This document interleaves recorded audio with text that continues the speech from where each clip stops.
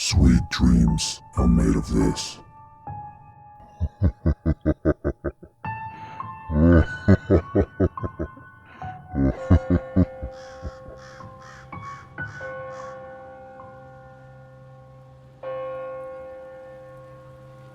So this happened 16 years ago. I was in middle school, and during reading time I found an old, tattered-looking book on one of the shelves. It was an esoteric book that talked about ghosts and ghouls and other weird things. I focused my attention on one of the chapters, entitled Bloody Mary. This is the name for the arguably evil Queen, Mary I of England, who had over 280 religious dissenters burned at the stake. This chapter gave directions on how to summon the ghost of Bloody Mary. The book said it would have to be at night, in front of a mirror, and you would have to chant the words Bloody Mary between 50 to 100 times for the ghost to appear. Simple enough, and the book even showed an image of what she might look like. Anyways, fast forward a few weeks, and I'm now at a giant cookout at an old, rural Massachusetts home with many kids my age, around the ages of 7 to 16. I, with all the confidence and courage of a boy just hitting puberty, decided to tell a group of them about how to summon this ghost. Everyone was actually excited and decided to follow me into this horror. I and about 10 other kids found a giant full-length mirror in this dark basement for us to all sit in front of on chairs and do this experiment. It was perfect. Being still a little scared, I got my dad to do this with us the first time, and he wasn't taking it seriously at all.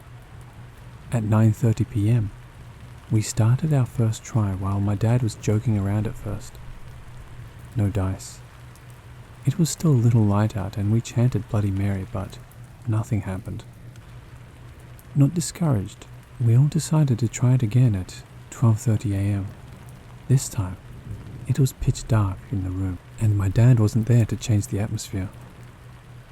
We were serious, and it was a bit creepy as we all started chanting Bloody Mary.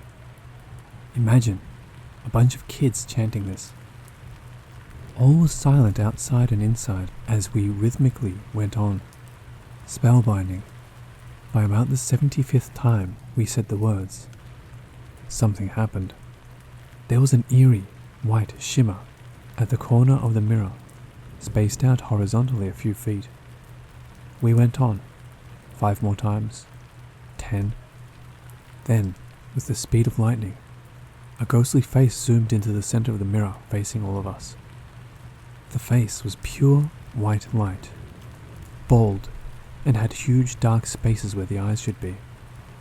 The slits of the nose and opening of the mouth, also black. Bloody Mary stared menacingly at us all.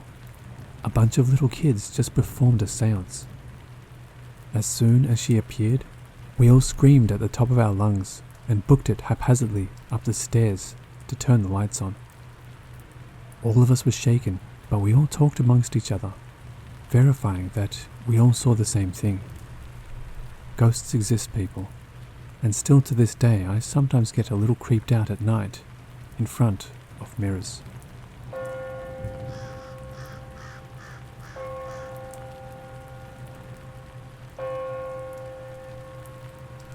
Me and a friend were alone.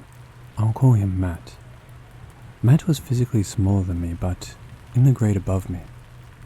I was a sophomore in high school. He was a junior. We found online a game about bargaining with an entity. You make a deal with the entity and play a game. If you win, you get whatever you bargained for. However, if you lose, the entity wins whatever the opposite of what you bargained for was. I.e., if you bargained for love and lose, the entity will ensure you never find love. Or if you bargain for money and win, the entity will ensure you find some wealth. Well, my friend had lost a few precious family heirlooms, a couple rings that were his grandmother's. How, I do not know. So he decided to make a bargain for the rings. I was the one who knew the setup, so I set the game up and sent him in to play. You never actually see the entity. Its turn takes place when you are out of the room. To play the game, you need 2 dice and 2 cups, with a few other materials I'm not going to mention. Set the dice inside your cup on your side of the table. Flip your cup, which also rolls the die, and ask the entity to make a bargain. Then state your bargain. After that, if done right, you feel it. You know it's there. You leave the room and wait. Once you hear the other cup flip, you'll know it has played. Anyhow, I sent Matt in and went back to Matt's room. Just messed about on my phone until he walked in a minute later. Matt said he felt its presence in the room. He started playing Destiny. I was on my phone, until we heard it. It sounded like a cup being flipped and a die spinning around inside, except much, much louder. I thought it happened right outside Matt's door. We both ran in to see, and it was sad to see that Matt had lost, meaning he wouldn't ever see his rings again. Matt was understandably upset. We were to destroy the entity's dice when done, but Matt had another idea. The rules specifically stated the same person may not play twice in a row, without at least a week in between the last game, and the person may not bargain for the same thing. He asked me to play, and asked for his rings for him. I reread the rules, and it didn't say anything about it, so I complied. I set up the cups and flipped my cup, and asked to play, bargaining for Matt's rings. Let me tell you, I felt it. It wasn't there to bargain. It was mad. I could tell from how the air became stale, and it seemed the temperature slightly rose in the room. It was mad. I quickly hustled out because I certainly did not want to be in the room with an angry entity.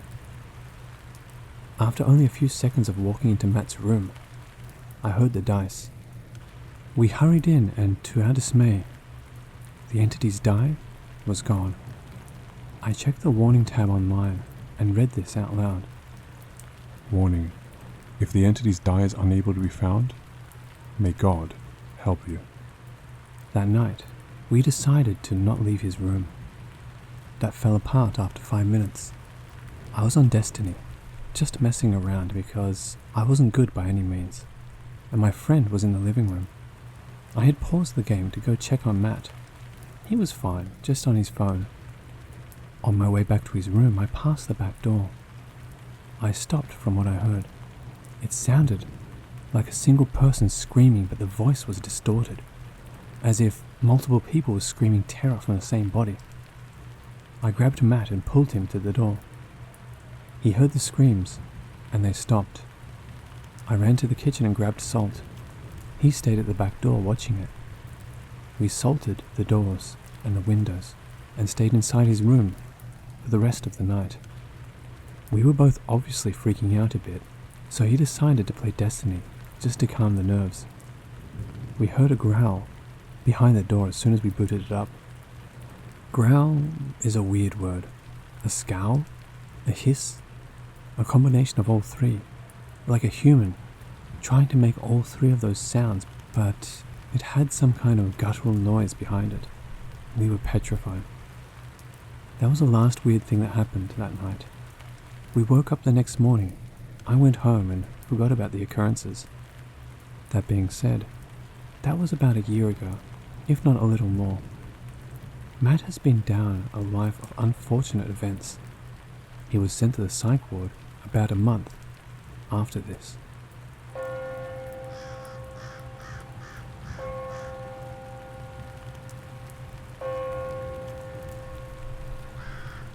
When I was 12, I was what you could call the edgy type.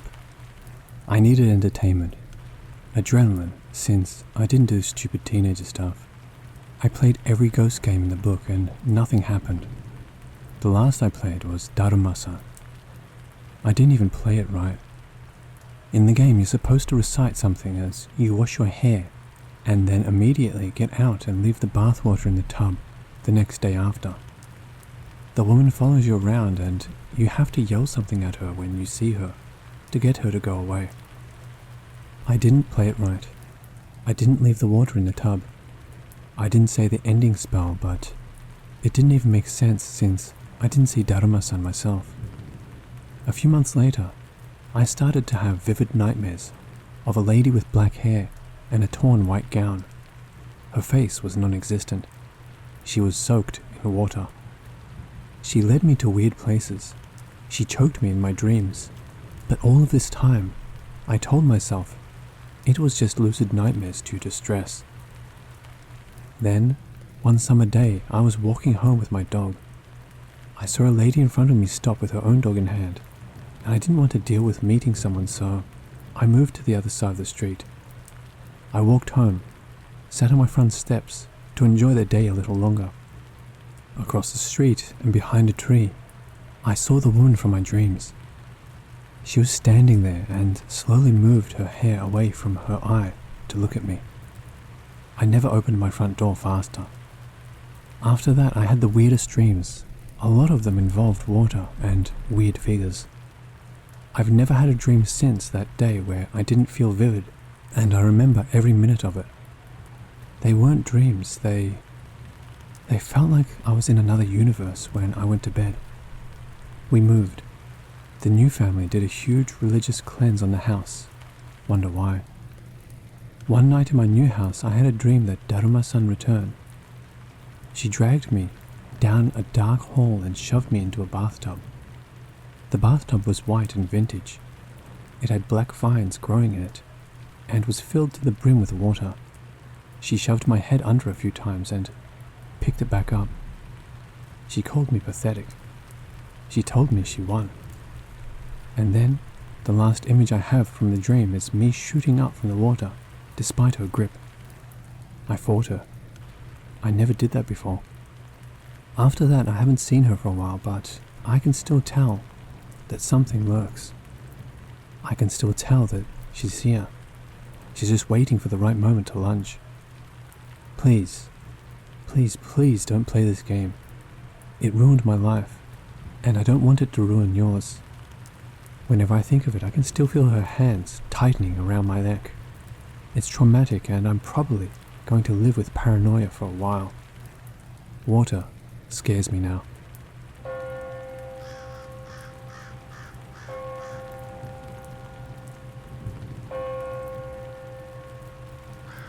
Just wanted to share my experience here. I realize that Bloody Mary is a typical schoolyard legend, perpetuated by dares and fears, but I had my own experience when I was younger. Me and my brother were desperate to have any kind of paranormal encounter, and we both figured Bloody Mary would be the easiest way to do so. We went into the bathroom, locked it, and prepared ourselves for anything to happen. We said Bloody Mary 3 times and waited, hearing nothing and figuring we had to say it 13 times.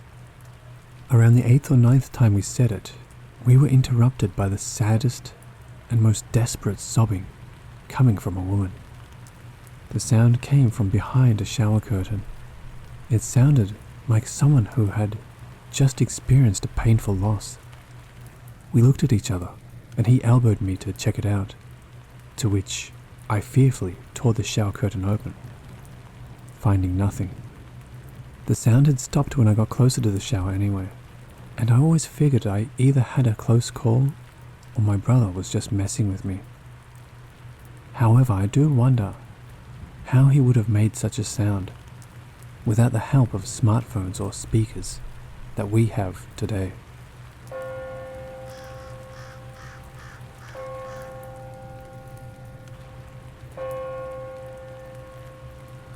Have you ever wondered what makes your hair stand up on the back of your neck, especially when you hear a noise in a quiet room, or the tingling feeling or chills running up your spine when you're alone and you noticed a shadow in the corner? Beware of Nosh, the shadow stealer, and if it knows you've seen it, you may be in danger. The delineation of the two worlds come together before your own eyes, in front of the mirror, showing you a glimpse of itself. As far as I know, this game is supposed to be like the Bloody Mary or the Candyman games, but usually nothing ever happens, right? When I looked at my pictures, I saw a shadow hand reaching for me in my shadow. I know I still have my shadow, so I think it has to be its entire body you have to catch in the photo for it to work. The shadow stealer is always there, waiting to take people's shadows for its consumption. Non-believers are the best tasting ones for its appetite, but believers are a delicacy to it. If your intentions are impure, as you do this game, you might fall victim to it. I tried this game one night when I was alone. Of course, I had to try it a couple of times, as I didn't see anything the first 2 times. But when I finally saw the hand, let's just say, I will not try it again. If you are brave enough to see whatever is lurking behind you in the dark, then here are the steps. Things you'll need before you start. 1. A tall, full-length mirror or a bathroom mirror. 2. A digital camera with a flash. Smartphones will do. 3. Incense. Any will do, but sage or spiritual incense works best. 4. A white candle. Tea lights work well too. Step 1. Light the candle and turn off all the lights in the room. Then sit in the darkness until you feel the presence in the room, or for 1 minute. This game works better after midnight or at 3 a.m. Take a couple of deep breaths in front of the mirror and keep a hold of the candle in your hand. Walk in a circle 3 times in a counterclockwise direction while chanting aloud.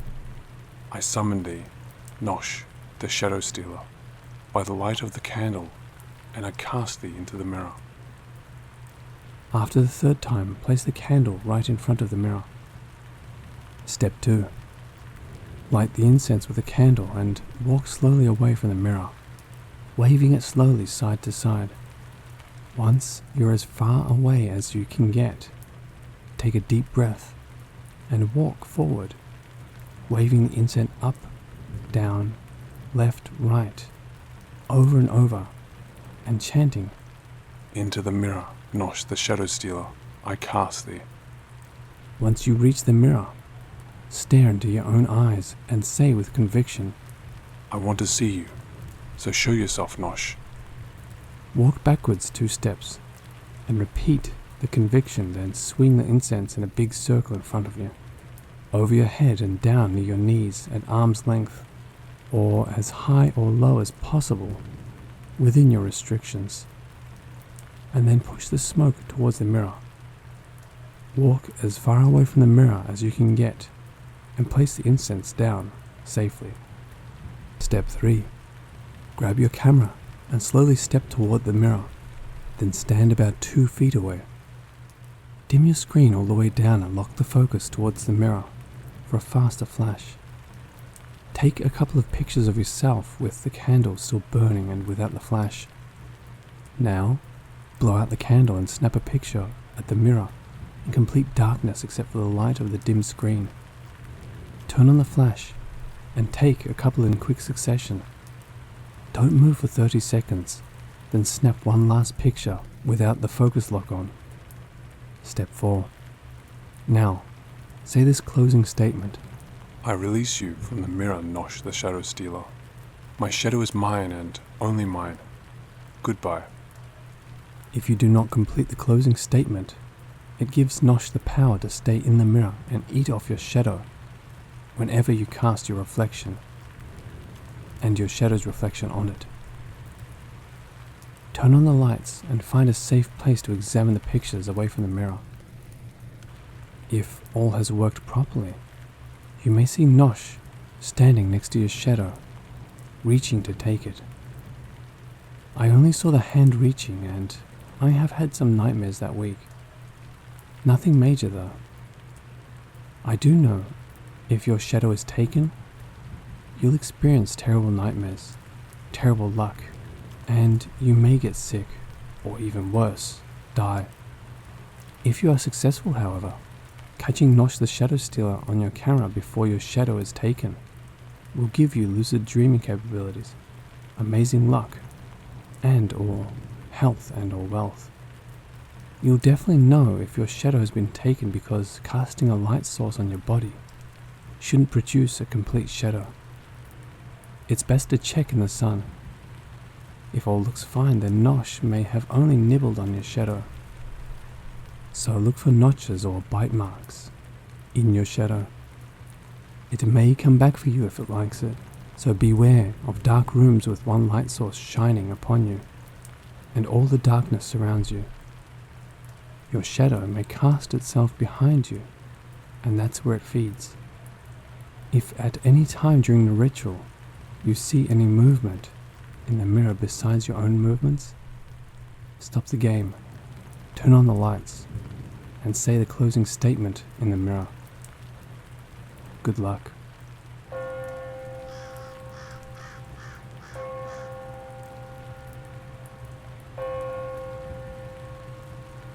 So the following stories on the rest of this video will be stories involving Kokiri-san. Kokiri-san is the name of a Japanese spirit communication game, similar to the Ouija board. In order to make contact, participants will need the following: a piece of white paper, a pen, and a coin. Start by writing yes and no on the paper, followed by a tori gate in between.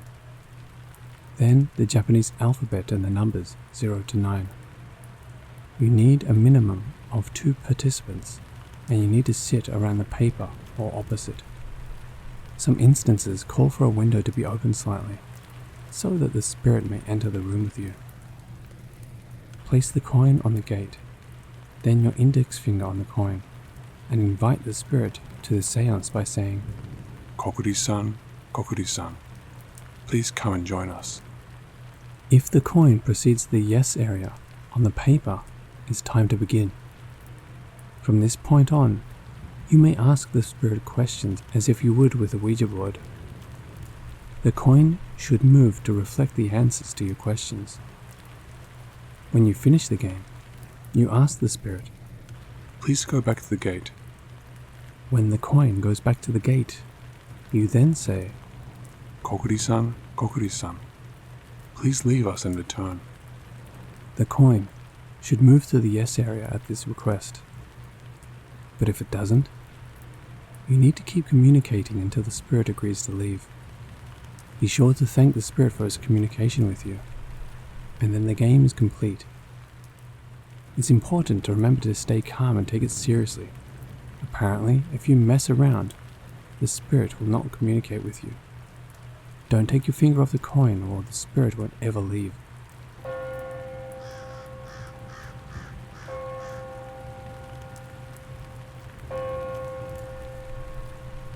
There are many stories about Kokiri-san out there, so I want to share my own experience. This happened when I was in high school. My friends and I decided to play Kokiri-san for a bit of a laugh and nothing more. We weren't prepared for what was about to happen. My high school was in a suburban city. It was a pretty normal school. There were some kind of scary rumors about the school though. Some classmates said that the piano in the music room plays a solemn collection of notes by itself at night. Others said that there were these strange, unexplainable human-face stains on the walls in a certain room. And of course, there were stories about Kokiri-san. One day after school, we were pretty bored and we had nothing to do. Nearly everyone had gone home, but a couple of my close friends stayed behind. We were pretty excited to see what school was like when the sun went down.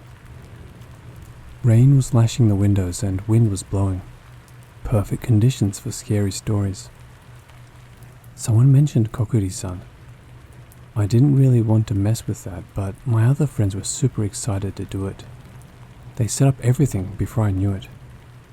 So, feeling a bit creeped out, I agreed to join them. We started by asking kind of dumb questions like, who does who like at school? Does the teacher wear a wig? and basically any yes or no questions we could think up. I felt like one of my friends was moving the coin, and I was surprised that everyone else hadn't figured it out. They were so excited to ask more questions. Then, one of my friends asked, "How old will I be when I die?" Then Kokori-san replied with, 20. That was chilling. My friend laughed nervously. Then we all laughed. Then the door to the room burst open. It was one of the seniors, one of the ones who told everyone not to mess around with Kokori-san. He was really annoyed with us. He snatched up the paper and threw the paper in the bin. It played on my mind. We didn't get Kokori-san back to the gate. We didn't end things right. Strange things started to happen. The next day, one of my friends said that he saw a ghost. Shortly after, a load of students said that they had seen a ghost at school. Some said they saw a black silhouette in the corner of the room, or coming out of a wall. One girl said she saw a little girl stood at the end of the hallway. It was as if the school had become obsessed with the paranormal. The teachers grew a bit concerned. The students were talking about ghosts so often that the teachers eventually prohibited the mention of ghosts and Kokori-san. So we would talk in hushed circles after school about ghostly goings-on. Sometime, after a female teacher had an accident at school, she said she saw something and it caused her to faint. When she fainted, she fell down the school stairs. She didn't say what she saw. I guess she didn't want to frighten us. We all knew it was something paranormal. She said she fainted, but who's to say she wasn't pushed? The most chilling thing of all was, as Kokori-san predicted, my friend did die. Came off his motorcycle in the winter of his 20th birthday. When I heard about it on social media, I remembered that time at school. It has to be a coincidence though. Surely.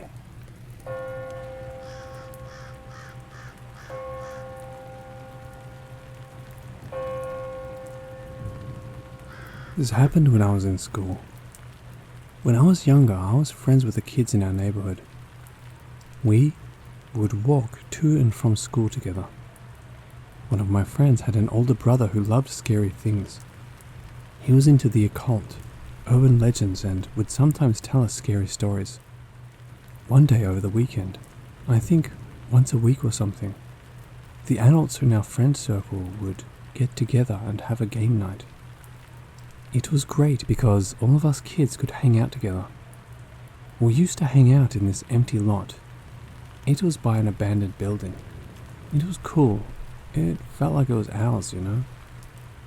So we were playing baseball in the empty lot, and the sun was beginning to set. My friend's occult-loving brother turned up. He started to tell us his new scary stories and rumors. Whenever he would come and see us, we would gather around and hang on his every word. We never got bored of his stories. It was officially dark by the time he mentioned Kokori-san. When he finished describing Kokori-san, one kid in our group blurted out, "Let's try it tonight." I really didn't like this idea, but my friends seemed excited to try it. I didn't want to be the only one to resist. We created a plan to meet after dinner whilst our parents would be playing their games. We all piled in an upstairs bedroom while the adults were immersed in their game downstairs. We all agreed that we would ask a question each while we set it up. We all placed our fingers on the coin in the center of the paper. I asked first. I wanted to get my question out of the way. It was such a long time ago. I can't remember what question I asked. So I asked my question, but nothing happened. I asked again. Nothing. Finally, on the third time of asking, the coin began to move. It slowly moved towards yes. Then the others started to ask their favorite questions, We were all shooting each other glances, trying to figure out who was moving the coin. Some asked about the location of an item that they had lost. Others asked about the weather tomorrow. It was all pretty vanilla stuff. One child asked about how he did on a recent test, and the coin spelled out, I see you playing from my house. We all started to speculate about the abandoned house near where we play. There was a rumor that the owner took his own life due to an insurmountable debt. We were shocked. We were nervously chatting when the coin began to move again. Ko, ro, su. Kill you in Japanese. Immediately after the coin moved to the last letter, the room began to shake. An earthquake, I thought. We were all frightened by the sudden earthquake, so we took our fingers off the coin. We ran downstairs to our parents. Some of my friends had begun to cry. We burst into the room where our parents were playing their games. They were annoyed at us for scaring them and disrupting their game. We said we came running because of the earthquake. What earthquake?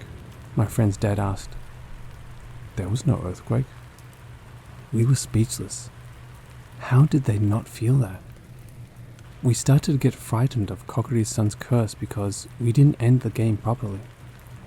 My friend's brother said that we needed to tear up the paper. Nothing really happened, but I remember being really scared for the longest time. We promised each other we wouldn't play near that abandoned house anymore.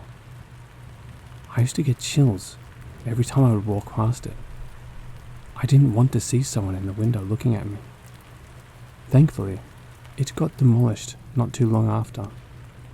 We have all grown up now, and one thing I teach my children is, don't mess around with Kokiri-san.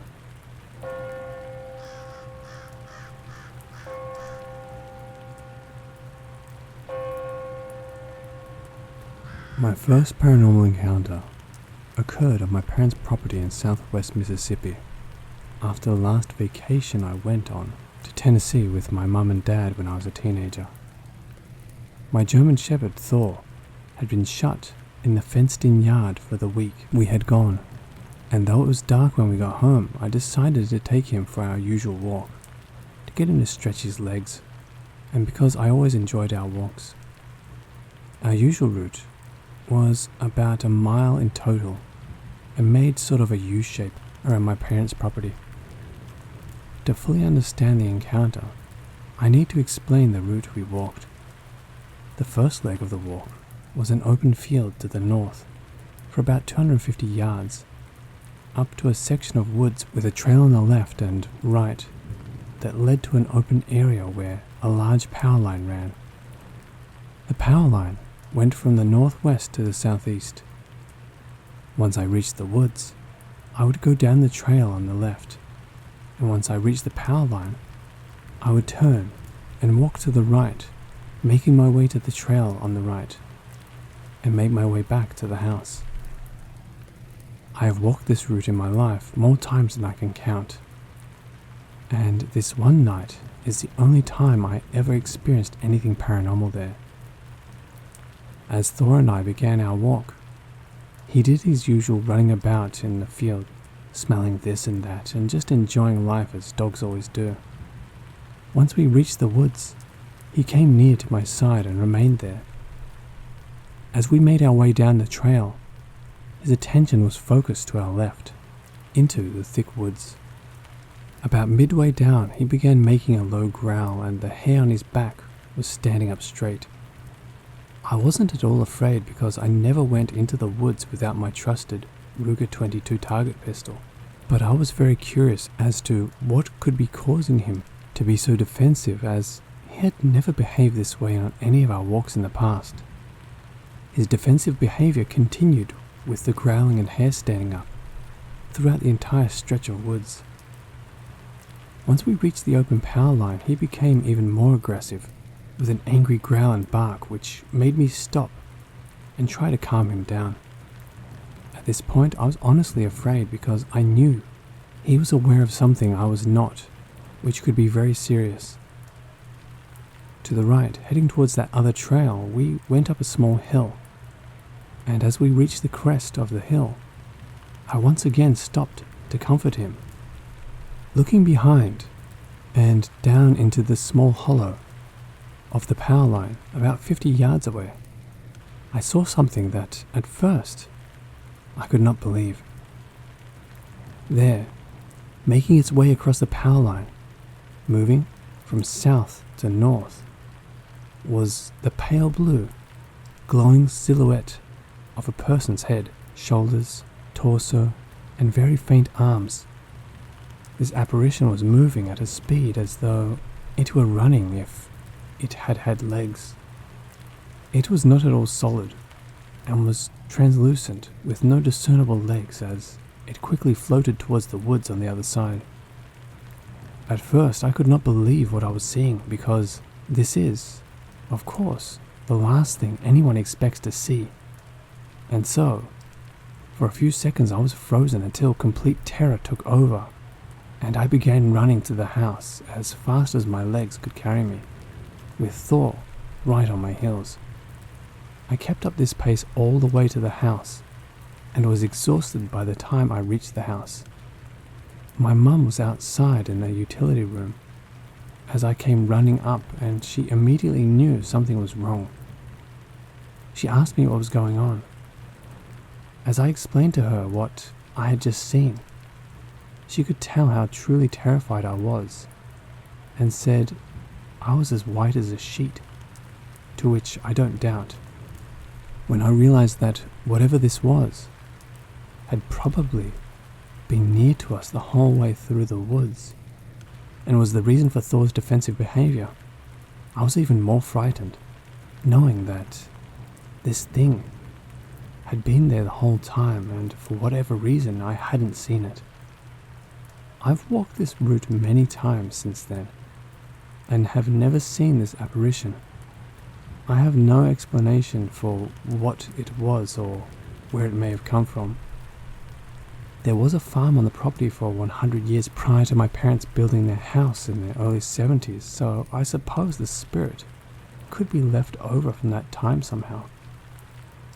A few months ago I saw a small form in their front yard on the evening my mum was released from the hospital. I was not at all fearful of whatever this was, and when I took one step towards it, it vanished. I like to think it was my grandmother there, checking on my mum because she had been close to death due to blood clots. Sorry, I'm not the most thrilling writer.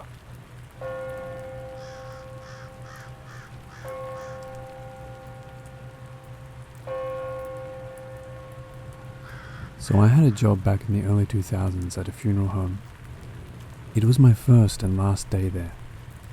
The funeral home owner, director, and his assistant were leaving for lunch, and part of my job was to answer phone calls for him while he was out. I was told to stay with the deceased that were in caskets and make sure no one came into the funeral home when he was gone. Shortly after they left, I heard footsteps in the funeral home's chapel. I yelled out, "Nice one, guys. I know it's you playing a joke on the new guy." However, the footsteps continued. I was a bit frustrated by thinking they were pulling a prank on me, and went into the chapel, and suddenly, the footsteps stopped. I walked through the chapel and to the stage where the pulpit was, and looked behind the curtains.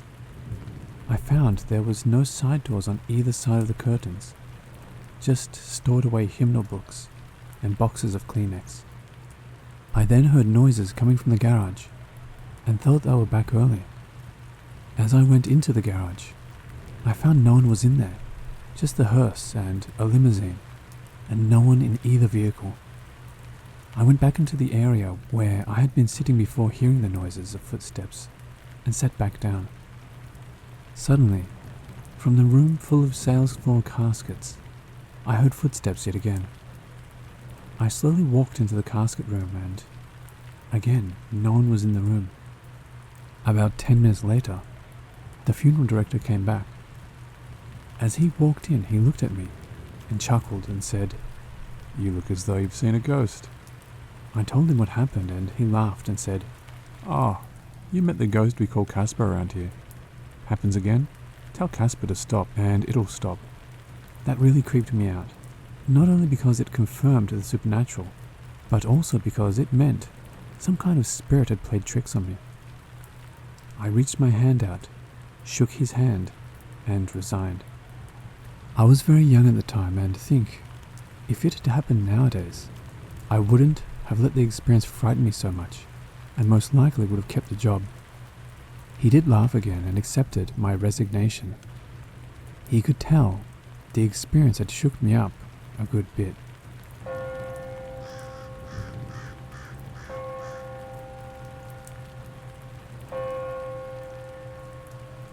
Since I was a young kid in the 90s, I wished to have a paranormal experience. I didn't try particularly hard. Played Ouija board with my friends, but that is its own story for another time. In short, I have never seen an apparition, though, like I said, I haven't been ghost hunting or went to an area looking for an experience. I simply lived my life with my ears and eyes open, ready for if something was to present itself. I remember the first time I was exposed to the paranormal. There was a story on Unsolved Mysteries about a haunted set of bunk beds. I can't remember the family's name, but I know Haley Reese has covered it if you wanted to hear the story. Anyway, I was young and my mother was Catholic. She did not encourage that interest. When I was 10, I lost her due to terminal illness. It tore me to shreds. I could no longer relate to my peers. No one had gone through what I did. I ended up coming out of the other side of it, and never once did I dishonor her by trying to contact her through esoteric means. I waited patiently for her to reach out to me on her own. But alas, it never happened. Fast forward to my 17th year. I had moved out of my parental home with my still current boyfriend to his dad's house. So this home was privately rented from my boyfriend's uncle, the guy married to his dad's sister. It was where the uncle grew up. Before my boyfriend's dad lived there, the uncle's daughter had lived there. She said it was haunted, but she was on heroin and pseudoephedrine, usually at the same time, and is a proven liar, so nobody really cares what she says. The house was in Cessnock, New South Wales, a rough, criminal coal mining town. When I lived there, the bikies had, in the fortnight prior, rode for hours around a house nearby to the one we were in. They wanted to run this bloke out of town for selling one of their daughters heroin. It worked, and consequently my experience of that particular part of the place, whose nickname was Little Cabramata, was quiet, small-town bliss. My boyfriend's dad, we can call him Nick, was a drinker and a partier when he wasn't working, and he wasn't working. Most nights he was home with us, but occasionally he would pull an all-nighter with his mates, and my boyfriend and I would be in the house alone until he returned. Now, don't get me wrong, two teenage lovers having a house all to themselves was great, but after a while, we had really settled in. I awoke one night to a strange feeling. It just felt weird, not scary or anything. I just observed. Nothing happened, but I noted it to myself. It happened a couple more times. There were some coincidences. It generally occurred at 4 a.m. Also, Nick had to be absent. If he was present, everything was normal.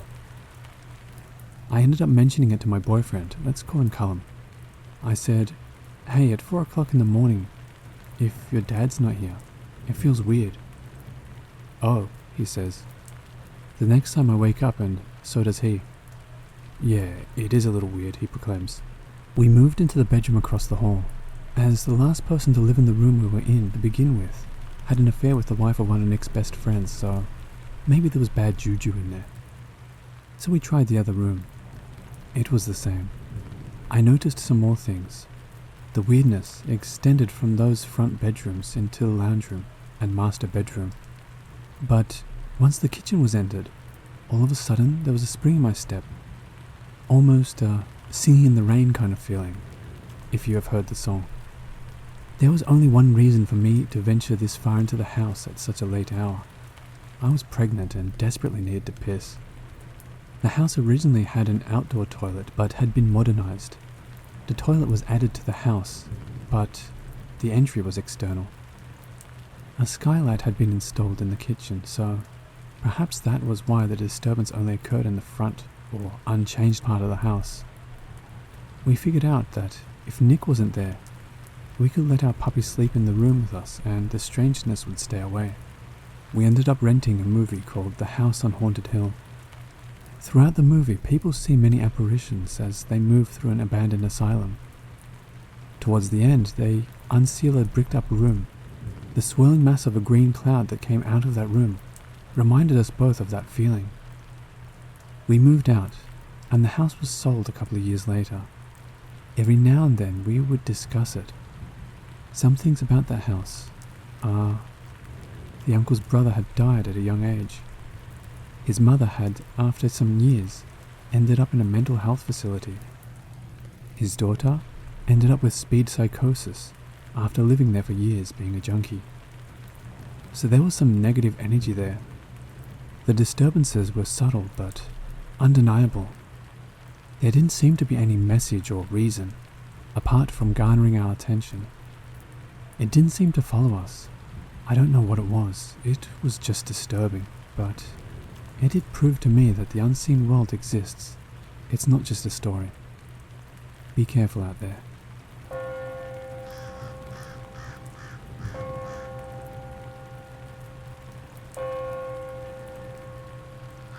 When I moved to Hattiesburg in 2005, my friends lived at a small apartment complex called Eagles Cove in Hattiesburg, Mississippi.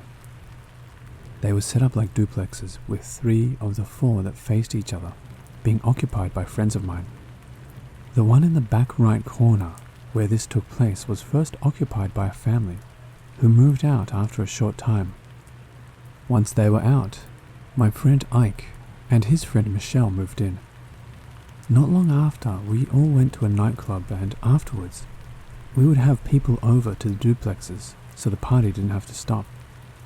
Ike hadn't gone out with us that night, and shortly after we returned, Ike came outside and asked to speak to our friend Bobby and me away from everyone. He told us that he woke up in the dark of his room with the only light coming from the small nightlight in the hallway. He said there was a small and strange silhouette between his bed and the door, which, without his glasses, he thought was our short, bald friend Joey trying to scare him.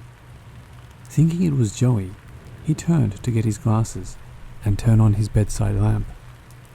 Upon turning around, to his horror he discovered it wasn't Joey, but something he said was somewhere between Yoda and a demonic troll. He said it was about 2 feet tall, with greenish black skin, black eyes, and a weird black robe. He immediately screamed at it to leave this place in the name of Jesus, and it slowly sank back into the chest of drawers and vanished. He was visibly terrified and slept with a lamp on the rest of the time there. During their time there, both he and Michelle would have things moved or vanish, only to show up later in an obvious place. Not long before he moved out, he had an Episcopal priest come and bless the place. Shortly after he and Michelle moved out, my partner at the time and I moved in. Shortly after, I was there alone watching a movie with only the light over the stove on. The way the light shone into the living room from the kitchen made it so that if anyone walked through the kitchen, their shadow would pass on the wall behind the TV. As I lay there focused on the TV, a shadow passed by the wall, as though someone walked through the kitchen, and I immediately jumped to my feet to see who was there, since I thought I was alone. The path of the shadow led to a small utility room, and I was terrified to look in there. But, of course, there was nothing in there. I turned on every light in the house until my partner got home, and when he got there, he didn't believe me. One night, I had come home from work early with a cold, and laid down with the door open to the hallway. In the midst of sleeping, I heard the bathroom door slam shut and assumed it was my partner coming home.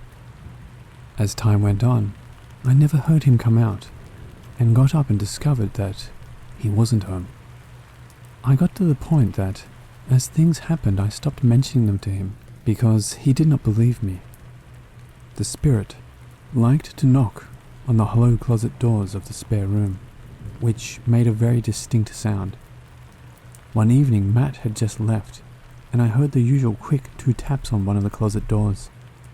The spare room, which we used for storage, was always cold despite it being on the west side of the building and getting the most sun. One night, sitting on the couch talking to my sister on the phone, I saw a figure reflected in the mirror as though it walked through the room in my peripheral vision. I told my sister about it and she thought I was crazy, and as I continued talking to her, it felt as though something was right in my face, like if you have your eyes closed and can sense someone being there. It was like that. It completely terrified me, and so I went outside to get away from it. Several times, I would sense something in a dark corner of the little foyer by the front door, where there was nothing for the eyes to see. My partner eventually began having experiences and was extremely bothered by it. My friend Dana, who is a psychic if anyone is, told me she had sensed something there for months when I asked her about it. She was Wiccan and said she would come and do a cleansing to drive the spirit away, which I agreed to despite not placing much weight in it. The night before she was to come, we gathered all my Catholic art and made a sort of altar on a cedar chest with candles and incense. I read aloud the prayer to invoke St. Michael, which is in the rite for exorcism, in the back of the book, Hostage to the Devil. We also read Psalm 91 and said the Lord's Prayer. All the time while we lived there, there was a heavy feeling in the place, almost like there was a thick fog or smoke you couldn't see that permeated the place. When we finished the prayer to invoke St. Michael, the feeling in there immediately changed. The heavy feeling was gone, and it felt like the windows were open on a sunny day. We could both sense that whatever was causing the heaviness was gone. Dina came the following night to do her cleansing, and not long after she got there, she asked me if I had done something because she didn't sense anything there anymore. We lived there for several more months, and were never bothered by anything again. A few years later, I ended up living in the duplex next door, and never had any issues despite a friend who stayed with me waking up to a black smoke hovering over him. I believe whatever it was that we drove away that night had perhaps returned to the people who were living there at the time, but it remembered me and stayed away from me because I never sensed anything. I pass there sometimes and have wanted to stop and ask the tenant if they have had any issues with the spirit, but I wouldn't want to give it power through their fear just by knowing about what happened to us.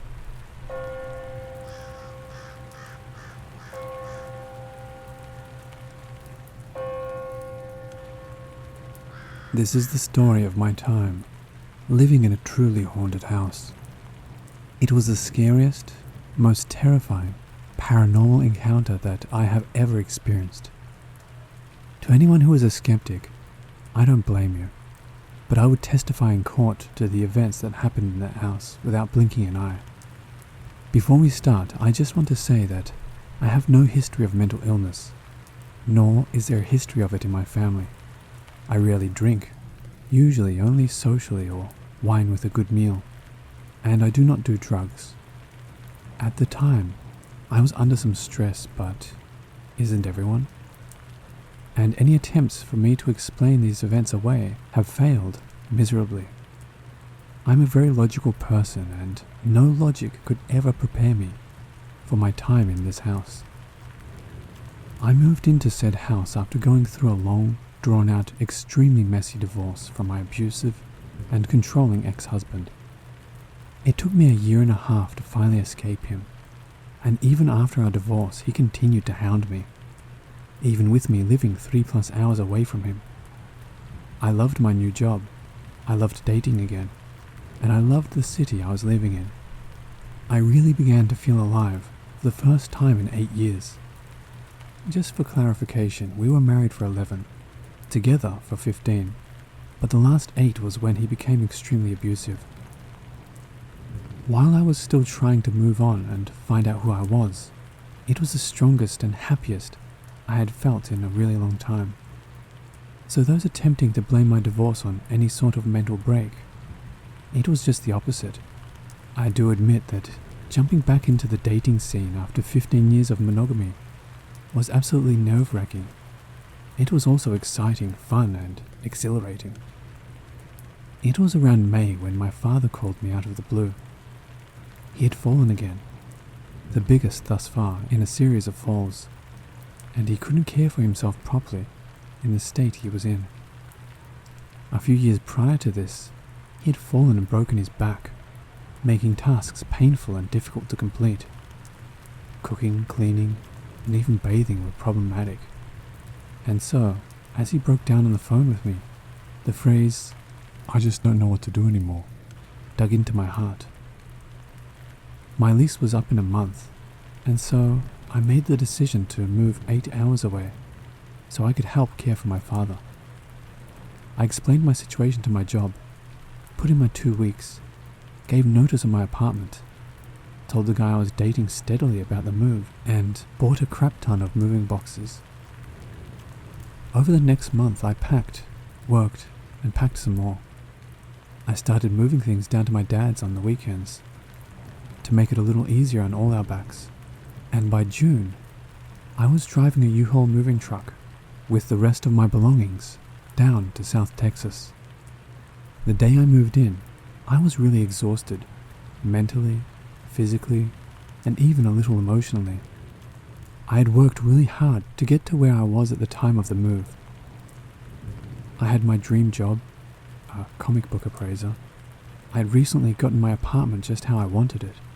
I had started dating a guy exclusively, and I had made some really amazing friends. It was tough leaving all that behind to start over, but my dad's happiness was so worth it. Anyhow, after getting the essentials sorted out, bed, toiletries, charging cables, computer setup, I called it quits for the day and went to take a shower. You know how most ghost experts say that hauntings don't start immediately, and that it takes time for the spirits to come out because they are shy? Yeah, that is a bunch of rubbish.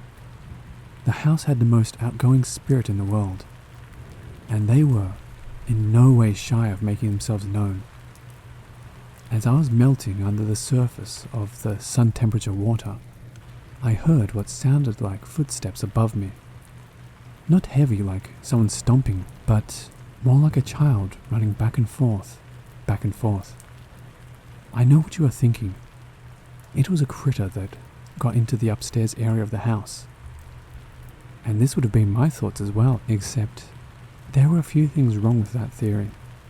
First, I have heard cats, dogs, raccoons, squirrels, rats, mice, and even snakes in the upper rooms, attic, ceiling before. They each have a unique sound, and none of them sound like a child running back and forth. Secondly, there was no room, attic, or anything above my head but a roof. So I listened quietly, perplexed by the little feet sounds I knew couldn't be there. And after a while I shrugged and began soaping myself up again. Almost immediately after dismissing the noises, I was plunged into darkness. I stood there, the water beating down on me, soap held like it was going to save me, and eyes as wide as they could go, just staring into the darkness. The bathroom had a single tiny window that a child could barely fit through, and being as it was dark outside, it offered no assistance in illuminating the room. I called out to my dad, since he was in the room directly beside the bathroom, and also because I thought he might be pranking me somehow. See, the light switch to the bathroom was outside in the hall, a design choice I will never understand. In my head, it was the only reasonable explanation why the light was off. my dad was being silly on my first official night there. It wasn't really like him, but it was the only logical answer. Unfortunately, he did not respond. I called over and over, progressively getting louder, and finally I could hear shuffling and my dad's door opening. Being tired, I didn't really put anything together at the time. I was just glad when my dad's voice called out asking what I needed. I told him to please turn the light back on, and to please not turn it off, since I didn't want to fall and kill myself in the shower. He laughed and turned it on. Then I heard him say he was going back to bed. I took his laugh as confirmation of the prank and finished my shower.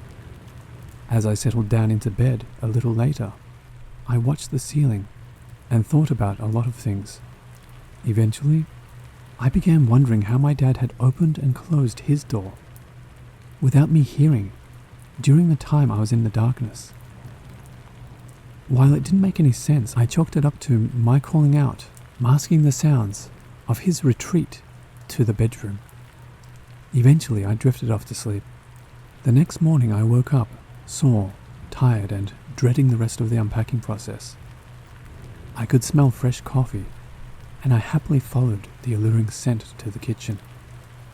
My dad wasn't in there, so I grabbed a cup and went to sit outside with him on the front porch. This was his morning ritual, and he did it every single morning without fail. As we sat, talking about asinine things, I started hearing the pitter-patter of little feet again. I was confused because we were outside, and it was so loud it sounded like they were on the awning over the porch. I asked my dad if he could hear the noise and what it was. He pointed to his next-door neighbor on the right of the house and basically told me that the mum lets their kids run around like crazy animals all day and night, that the mum never disciplines them, and they don't have a bedtime. He said that since the house wasn't underpinned, that the sound of them running around constantly echoed over to our house. The explanation sounded plausible, and I wrote it off as fact for the time being. That night I went to sleep just as tired, sore, and mentally frazzled as anyone who has ever moved will know. It wasn't anything physical that would bother me this time though. It was my dreams that were absolutely horrible. The most disturbing thing about this dream is that it was so vivid. It felt so very real. I was laying in bed with my eyes closed, just thinking about all the things I still needed to do, when the doors began opening. The door to the room didn't creak or make any noise itself, but the room had a ceiling fan. When you would open the door, the difference in air pressure would make an audible, contrasting sound, so even if you had your back to the door, you knew when someone entered. Hearing this distinct change in air, I turned my head to the side and I was terrified to see the black shadow of a person. I began gasping and tried to escape by crawling across the bed to the other side. That is when I felt hands on my ankles, and the massive force of this shadow person pulling me off the bed and out of the bedroom door. I began screaming and attempting to grab onto anything I could reach. But as soon as I got a hold of anything, the entity would grab me away from it, breaking my fingernails and forcing me towards the front door. As they dragged me closer to the door, the front door had a large oval window in it. I could see my dad sitting on the front porch smoking a cigarette, oblivious to my screams or the situation unfolding. Instead of taking me outside, the thing turned and started pulling me back into the house. I woke up screaming, sweating and flailing my body around trying to get away. I heard my dad run down the hall and bust into my room a few seconds later, holding his pistol. He thought someone had broken in and was murdering me. It was so real, I actually thought someone was in the house and had attacked me. I grabbed my pistol, and we began sweeping the house for an intruder. It wasn't until we were 3 rooms down that I began to really think about what was going on, and explained that I thought it might have just been a dream, even though it seemed so real. I asked my dad if he had been on the porch smoking, and he said he had about 10 minutes before I started yelling, but he had already come back in and was getting ready to go back to sleep. He gave me a hug and walked me back to the bedroom, but still went and finished sweeping the house after I laid back down. I had this dream almost every night for a month, and it only stopped when Agador, not his real name, moved in with us. Agador was my steady boyfriend from before I moved, and he decided to join my father and I down south after being away from me for a couple of weeks. For some reason, however, when he arrived, the dreams never came back. Not that I'm complaining. To replace the dreams, however, a lot of other things began happening. I partially unpacked boxes lining the hallway that led to the bathroom, and we would hear what sounded like someone rifling through them. I thought maybe it was just mice or rats, even though there was no proof of any pests. But eventually, hearing the actual boxes moving disproved the rodent theory. Items would just disappear into thin air. 1 minute, the remote to my TV would be sitting on the bedside table, having just changed the channel or adjusted the volume. The next, poof. We would look everywhere for it. Under the bed, strip the bed of all covers, look for it under all the other furniture in the room with flashlights. But nothing. We would go to bed and I would wake up to find it right where I had left it. This happened to so many different things. Car keys, wallets, important papers, my brush, even clothes. The footsteps continued but got much worse. Our bedroom butted up against the stairwell that led to the upstairs area of the house, which had its own door that you had to open to walk up the stairs. The door would constantly come open on its own, even if no one touched the handle to open it. This became so bad that we had to put a thumb latch on the outside of the door to stop it from opening. It took about a month before even the thumb latch didn't stop it from gliding open. But back to the footsteps. Whenever we were in our room, it didn't matter the time of day or night, we would hear someone open the door and walk up the stairs. This would start the activity, but it would slowly progress to non-stop noise. It is kind of hard to blame it on the next door neighbor's kids when you can hear someone directly behind your head walking up the stairs one by one. Then, we would hear them walk back down the steps, stop directly behind where our heads were at, then rock back and forth, making the stairs creak slightly as they did this. It felt like someone was standing above us, just staring down at whatever we were doing. Then, instead of hearing them go up or down, the running back and forth would start up again, like they had teleported to the bedroom upstairs. It was so unnerving. I explained the theory of the next door neighbor's kids to Agador, but he dismissed it outright, saying there was no way it was that loud, directly above us or behind our heads, and of course, he was sure the neighborhood kids weren't coming into the house and unlatching the little lock on the door. This would also happen when we knew the neighbors were out of town, so no kids to make the noise next door. We would check multiple times on the noises, but there was never anyone or anything there when we did. One day, we had relatives coming down for a holiday, and I was upstairs trying to put together beds. I didn't mind being in the room upstairs.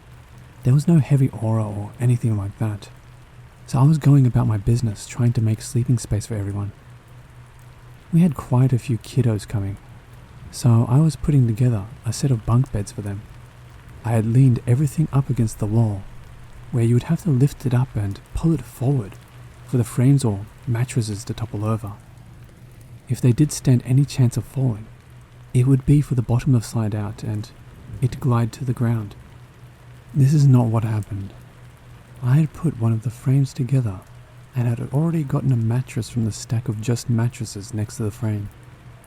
As I cleared the unused frames, not touching them, I pushed the mattress onto the bed I had just put together when I heard the sound of clanking.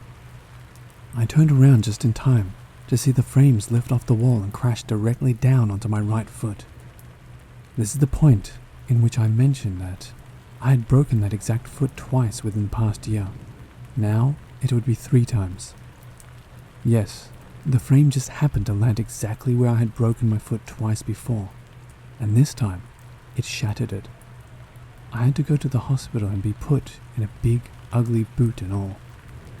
Up until that point, I was still skeptical about everything, even if Agador was 100% convinced that it was something paranormal, and was also sure it was attached to me specifically. But watching those bed frames lift up with nothing there to shift them, and then push them forward, that scared the hell out of me. What was very peculiar was that after I got hurt, all the activity stopped completely for a really long time. I'd say about 6 months worth of silence. No running, no missing objects, no rustling of unpacked boxes. Just nothing. Going from having all this happen constantly to nothing happening at all, it was a bit unnerving. Agador posited the theory that the entity didn't really mean to hurt me, just scare me, and it felt bad that I got so severely injured. Slowly towards that 6-month mark, things began to become missing again.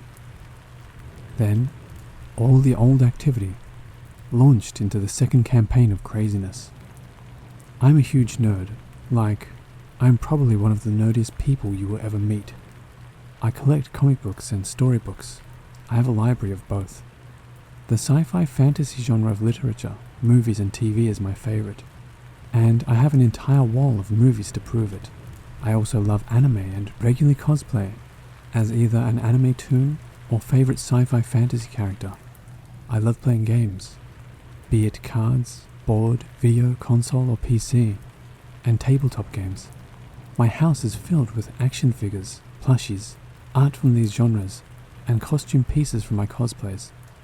Half of my closet is nothing but Ren Fair, LARP, cosplay, and historical garb.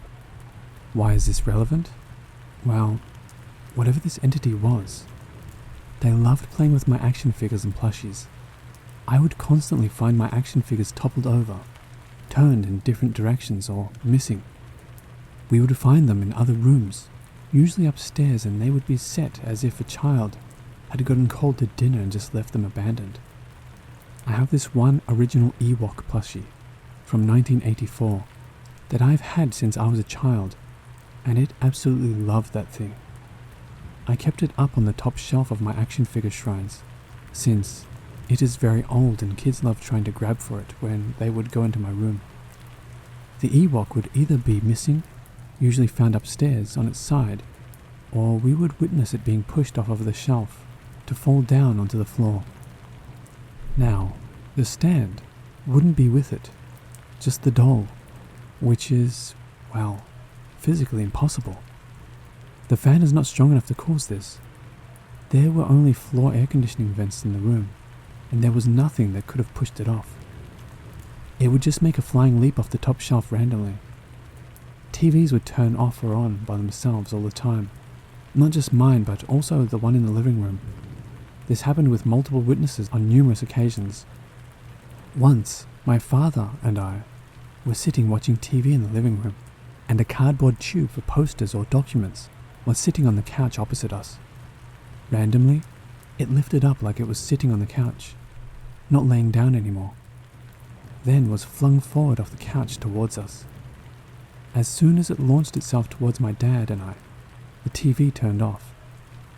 Also, if we were zoning out watching a movie, the pots and pans on our pot rack would begin lightly banging against each other in the kitchen behind us. Digital clocks would also constantly be wiped of their times, and the really crazy thing about it was, they didn't all go out at the same time. If it was something with the electrical or power outage, all the clocks would be reset. Instead, it would reset my alarm clock or the microwave clock or the coffee maker and leave the rest alone. It was absolutely bizarre and frustrating. Not just the bathroom light would be turned off while someone was in there either, but it was the most frequently messed with light switch in the house. The amount of electric-based appliances and items that suddenly failed in the house was insane. I had just purchased a new computer prior to moving into my dad's house. While there, my NIC went out twice, my power supply, numerous fans, and eventually, the hard drive bricked. It wasn't just mine either. Both my dad's computer and Agador's had components that just started failing out of the blue. My Xbox 360 died to the red ring of death, and my Blu-ray player would only play very specific movies. All of these items were plugged into surge protectors, and some of them were still under their 1-year warranty. It was like the house was a place where electronics came to die. There is so much more to this story, but I'll continue it later, as it's going on a little bit long for now.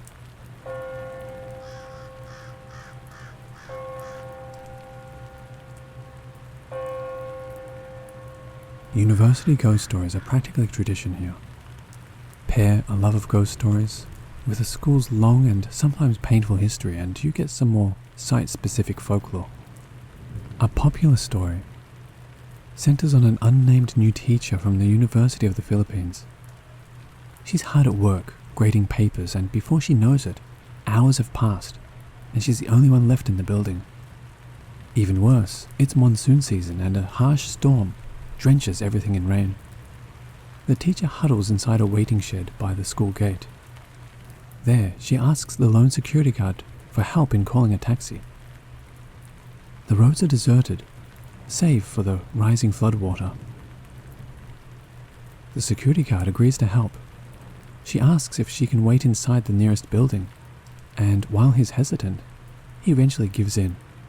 But this school is old, and our young teacher is only new, so she barely recognizes the rooms after they've been closed down.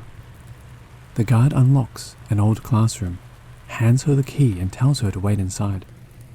"Lock the door and wait inside," he says. "When a taxi arrives, I'll come back for you. I'll knock 3 times and call your name. Don't open the door for anyone else." The teacher laughs. What's the point in locking the door? Who else will come here? But the guard insists.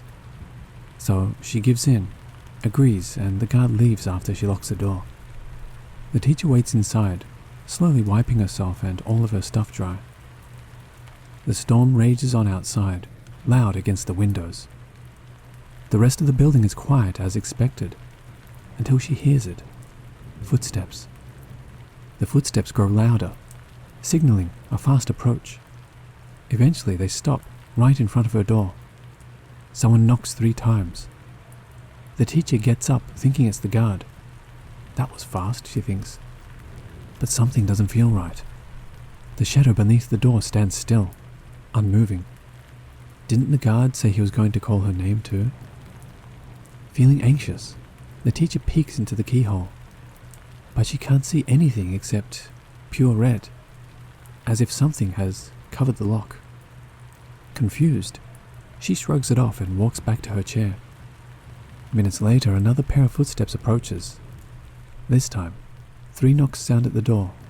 The guard calls her name and introduces himself. When the teacher unlocks the door, she finds him outside, telling her that he's found a taxi. They walk to the gate together. The taxi idles by the waiting shed, the only vehicle on the empty street. When the teacher hands the key back to the guard, she asks why he insisted on her locking the door. "There's a ghost that roams the halls," he explains. "You know it's her, because she has purely red eyes."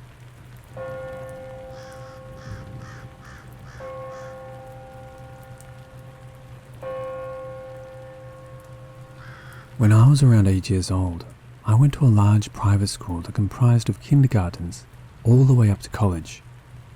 The school is called OLOPSC in Marikina, Philippines. In the part of the building I was studying at, there were 2 washrooms, an upstairs and a downstairs. Students were allowed to go to either, but were recommended to go to the one closest to their classroom.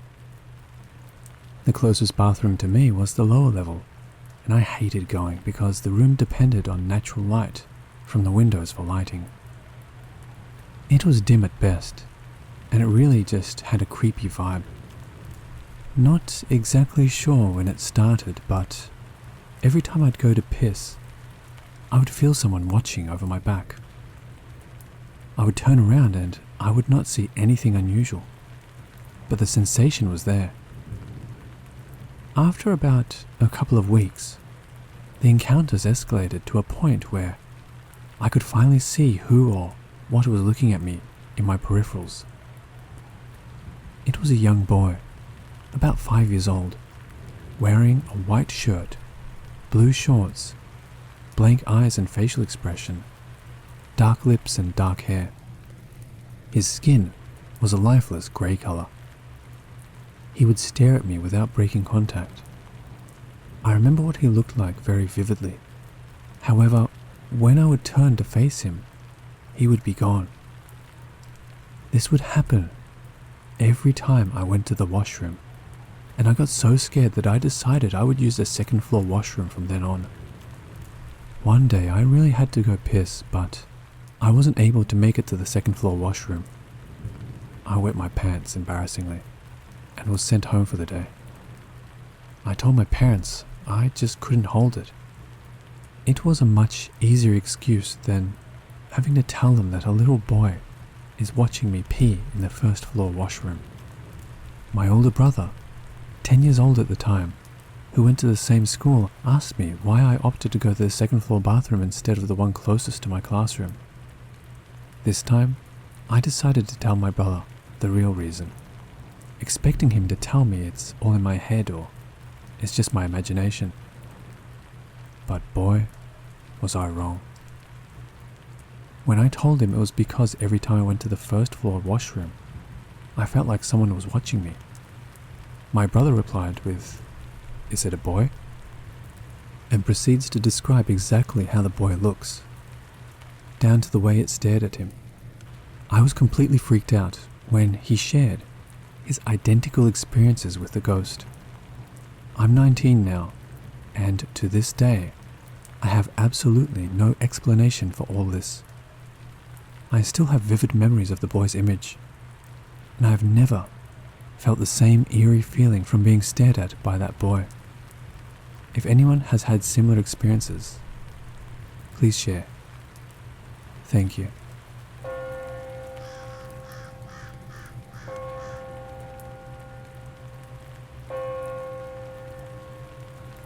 Clarita Villanueva, a 17-year-old Filipino girl, had known a life of tragedy. She did not remember her father. She did not know if he had died or had deserted her mother. Her mother was a fortune teller by vocation. The girl was brought up watching her mother holding seances, communicating with the dead, and using clairvoyance to predict to people what they could expect in the future.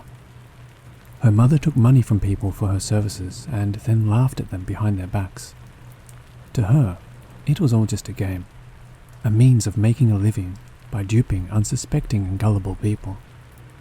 When Clarita was 12 years old, her mother died. Since she did not have any immediate family to take her in and care for her, she turned to prostitution for survival. At 18, she moved to Manila with her boyfriend, but found out that he was already married, so she began working as an exotic dancer. The big city was a hiding place, a center of money and vice for her business. But one morning at 2 a.m. on the streets of downtown Manila, Clarita was picked up by the police, who suspected her of being a vagrant. The policeman called for a vehicle and Clarita was taken to the ancient Bilibid prison, used as the city jail. Bilibid has been a prison for over 300 years. It was built by the Spanish and used by the Americans, the Filipinos and the Japanese as a prison and a place of torment. 2 days after Clarita was incarcerated, there struck the strangest phenomenon to ever hit Bilibid prison in its 300-year history. This young woman was bitten severely on her body by unseen and unknown alien entities. She claimed there were two of them, a huge monster-like spirit and a smaller one. They sunk their fangs and teeth deep into her flesh, making deep indentations. They would bite her neck, back, legs and arms simultaneously. Blood flowed, mostly underneath her skin from the bites. The 18-year-old girl screamed in horror and fainted. The guards and medics heard the commotion and came running to the women's division of the prison. The other female inmates pointed to the writhing, tormented girl on a cot. The girl was taken to the prison hospital for observation and treatment, where all the doctors declared they had never seen anything like it. These strange, demonic bitings began to occur daily, baffling all who saw it. Dr. Mariano Lara, the chief medical examiner at the prison, appealed for help through the media and permitted many to view the strange phenomenon. Filipino, Chinese, and American doctors, university professors, and other professionals were called in to analyze the situation. After 3 awful weeks of this torture, a radio reporter came to Bilibid and taped a session while the doctors were violently struggling with Clarita. The reporter immediately released his story on a local radio station, just after the 10 o'clock news. The news media soon caught wind of the occurrence and sent more reporters out to investigate. The newspapers, radio stations, and magazines found it their kind of story and began to publicize it. Even the cartoonists were soon drawing pictures of the entities from Clarita's descriptions. As the bitings continued day by day, the UPA and other world news services began to report the phenomenon worldwide. This incident made the front page of many newspapers: Switzerland, France, Germany, England, Canada, even the United States. One doctor accused the girl of putting on an act in order only to get publicity. Clarita gazed at the doctor and said, "You will die." He didn't feel anything at the moment, but the following day the doctor expired without even getting sick. He simply died. Fear struck the city when that news was spread about. The girl was not only a harlot, they said. She was also a witch who could speak curses upon human beings and they would die. The chief jailer had a confrontation with the girl. He had kicked her for something she had done wrong while rebelling against him. Clarita looked at the jailer in cold, inhuman hate and said, "You will die." Within 4 days, the man was dead and buried, the second person to fall victim to her curse. Dr. Lara and his medical staff were deeply concerned. They had a prisoner who certainly was not crazy, but who was being wildly attacked by unseen entities and being bitten deeply on all parts of her body by creatures no one else could see. They were afraid that this thing would kill them, as it had the 2 others who dared cross it. It was their responsibility to do something for the girl, yet they had no earthly idea what to do about the situation. It was beyond their medical knowledge. Who were these alien entities? The large one, Clarita said, was a monster in size. He was black and very hairy. He had fangs that came down on each side of his mouth, plus a set of buck teeth all the way around. The doctors verified her description by the teeth marks on her body. Buck teeth solid all the way around the bite, rather than sharp teeth in the front. The smaller entity was almost like a dwarf. He would climb up her body to bite her upper torso. Both of these spirits liked to bite her where there was a lot of flesh, on the back of her leg, the back of her neck, the fleshy part of her upper arms. They would bite deep into her, leaving ugly, painful bruises. Dr. Lara and his assistants called in all sorts of observers, medical doctors, surgeons, psychiatrists, and professors from the Far East University and the University of Santo Tomas. They claimed they saw bite marks appear out of nowhere on Clarita's arms. Dr. Lara also described the bite marks as otherworldly because they were too large and round. A human bite is elliptical and seemed to have been made by molars. No one had ever witnessed such strange and demonic behavior, nor did they know any solution to the problem. They all wondered who would be the next victim of her curse. Dr. Lara and his staff sent out word globally, "Come and help us. Please help us." In the end, hopelessness urged them to finally resort to exorcism. Reverend Lester Samral heeded the call. Because I was a foreigner in the Philippines, I went to the mayor's office and asked permission to see Clarita. He granted me his permission but warned me that several people have been injured by the girl and that 2 had been cursed and were dead. I went with the understanding that I would not sue the government if I was hurt, and that I would not complain if mistreated. When I arrived at the prison, the head doctor of 6 physicians, Dr. Lara, was skeptical of this foreign minister, but he finally permitted me to see the girl.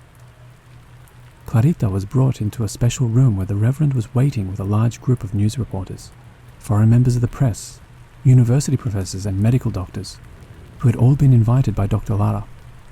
As Clarita was being led into the room, she looked at them and said nothing. But when she saw Reverend Sunral, she screamed violently, "I hate you!" That was the beginning of the confrontation. There was a raging battle with the girl blaspheming God the Father, God the Son, and God the Holy Spirit. Her eyes were burning coals of fire and full of hate. I commanded the evil spirit to loose her. After a 3-day confrontation with the devil in her, the miracle of God came upon her. She relaxed, smiled, and said, "He's gone," indicating that the thing went out the window.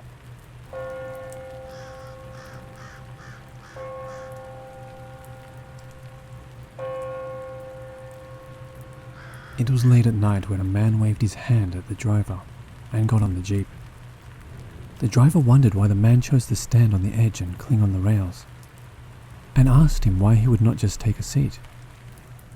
Just as the man was about to answer that the vehicle was full of passengers, he realized it was actually empty. Another tale was that of a girl who got on the jeepney by herself.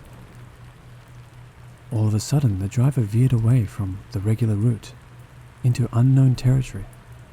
Driving through dark and unpopulated areas, he kept glancing cautiously at the girl over his shoulder. The girl started to fear for her life and womanly dignity, and requested that she be dropped off at her dorm. In time, the jeepney resumed its regular route, and she was dropped off in front of a building. But before taking off, the driver said, "Miss, as soon as you get inside, take off your clothes and burn them. Because when I saw your reflection in the rearview mirror, you were headless." He also said that was the reason he took several unusual turns, because he feared the girl's untimely demise lay in the jeepney's regular course.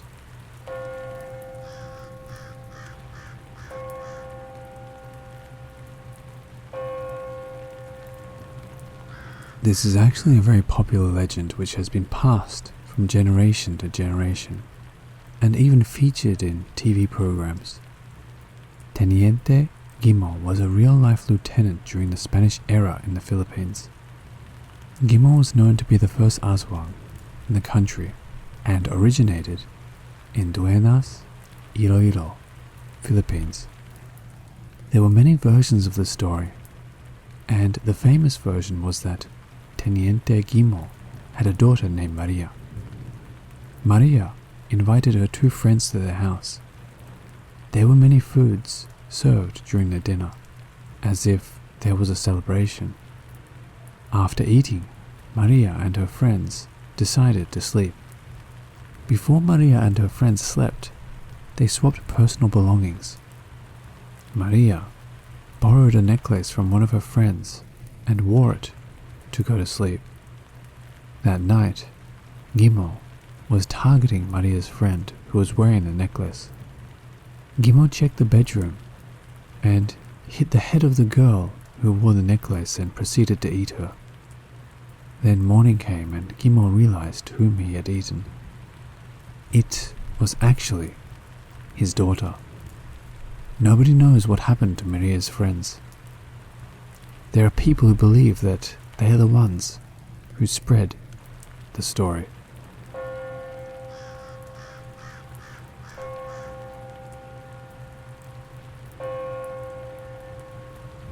It was early November in 2010, and we'd just finished celebrating All Saints' Day here in the Philippines. We lived in a small subdivision, surrounded by kind neighbors, so we didn't really expect things to turn south that fast. It was just me, my brother, my mum, dad, grandfather and cousin, who'd been living in the house for about 6 months, and so far so good. My mum's store was doing great. first time being able to watch Cartoon Network and Nickelodeon, and I just started playing a game when it happened. My cousin told us about the voices she hears at night and the constant banging she feels underneath her bed. We shrugged it off as some nightmare, and days passed until she brought it up again, but this time, she woke up nearby the stairs at 3 a.m. and that actually made my parents a little worried. I was a kid, so I wasn't actually scared. To be honest, I'm actually pretty pumped to experience my first actual paranormal activity. My brother, on the other hand, was quiet for some reason. What my cousin told us the next day actually sent shivers down my spine. She was taking a bath, and when she poured water on her back, it parted ways like someone or something was on her back. Initially, it wasn't that scary, but I was reminded of Shutter, and boy, that scared me to death when we watched it. It was then that my brother admitted that he can see spirits, actually shadow and light figures, and my dad actually experienced participating in an exorcism when he was young. The events that proceeded to unfold are just horrifying thinking about it now that I'm older. We had our first exorcism and it wasn't what I expected it to be. She was just lying on the bed and saying weird stuff. I actually hoped that she'd levitate or rotate her head. She was able to rip a page from the Bible before becoming stable. My brother heard voices of different genders and ages. What's worse is that she had to sleep in our room since hers was cursed or something. She slept below the side where I usually sleep, and in that moment, I've never wanted to sleep as fast in my entire life. The thought of opening your eyes and she's floating above you or just staring at you directly in your face was just terrifying. The next day was kind of tame. My cousin was doing fine and my grandpa just happened to see a lady in a black veil coming down from the stairs into the kitchen, which was just an extension of the house. I was outside that time, as well as my parents and brother, so not the type of news we'd want to hear. The next day was the grand finale, good versus evil, as I watched everything unfold while eating a bowl of noodles. It was the worst she'd ever been, physically, and it looked terrifying. She started doing incantations to which my dumb 10-year-old brain responded with more made-up incantations. I did not take it seriously at all.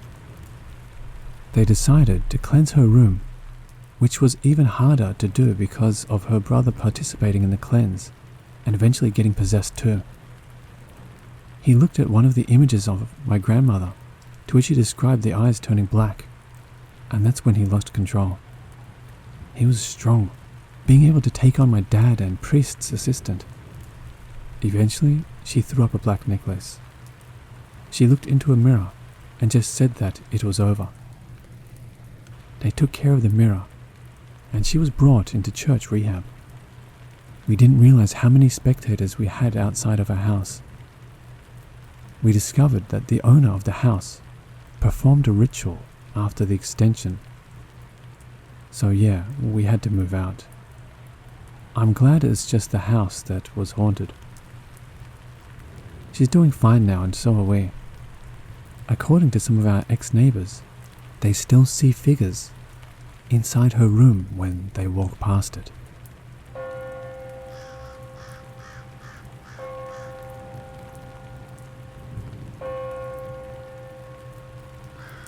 Of all my memories of my grade school, this one stands out the most. There was this girl who was my classmate in the second grade, named Georgia. She was a sweet and kind girl. Our school was located in a rural area in the southern parts of the Philippines. One day there was a storm and we were told to go home early because our school is located near the river. At that time, my classmate Georgia got washed out by the extreme flowing of the river, and then her body was found after 5 days near the shore. Days after that, her ghost wandered the school, and you could hear her crying, seeking out for help, and at night, the guards reportedly saw her playing inside the room. At that time, I didn't really believe any of that stuff. But then one day, my best friend, who was a close friend of Georgia, comes to me and says she can hear Georgia crying and calling her name. So I say to her, "Nah, it's just someone else messing with you." So we went on a walk to prove to her that it's nothing and it was someone else messing or pranking her. Then, when we reached the back side of our classroom, I immediately hear George's voice crying and calling my name. I looked at the surroundings, but I can't see anyone. It's just me and my best friend, so I look at my best friend because I thought it was her. But as I look at her face, she was frightened, like she had seen a ghost. At the moment that I saw my best friend's face, I knew we both messed up. So I ran away, leaving my best friend behind me, and I was just scared. I just skipped school after that. So yeah, that was it. My best friend and I didn't talk about it ever again.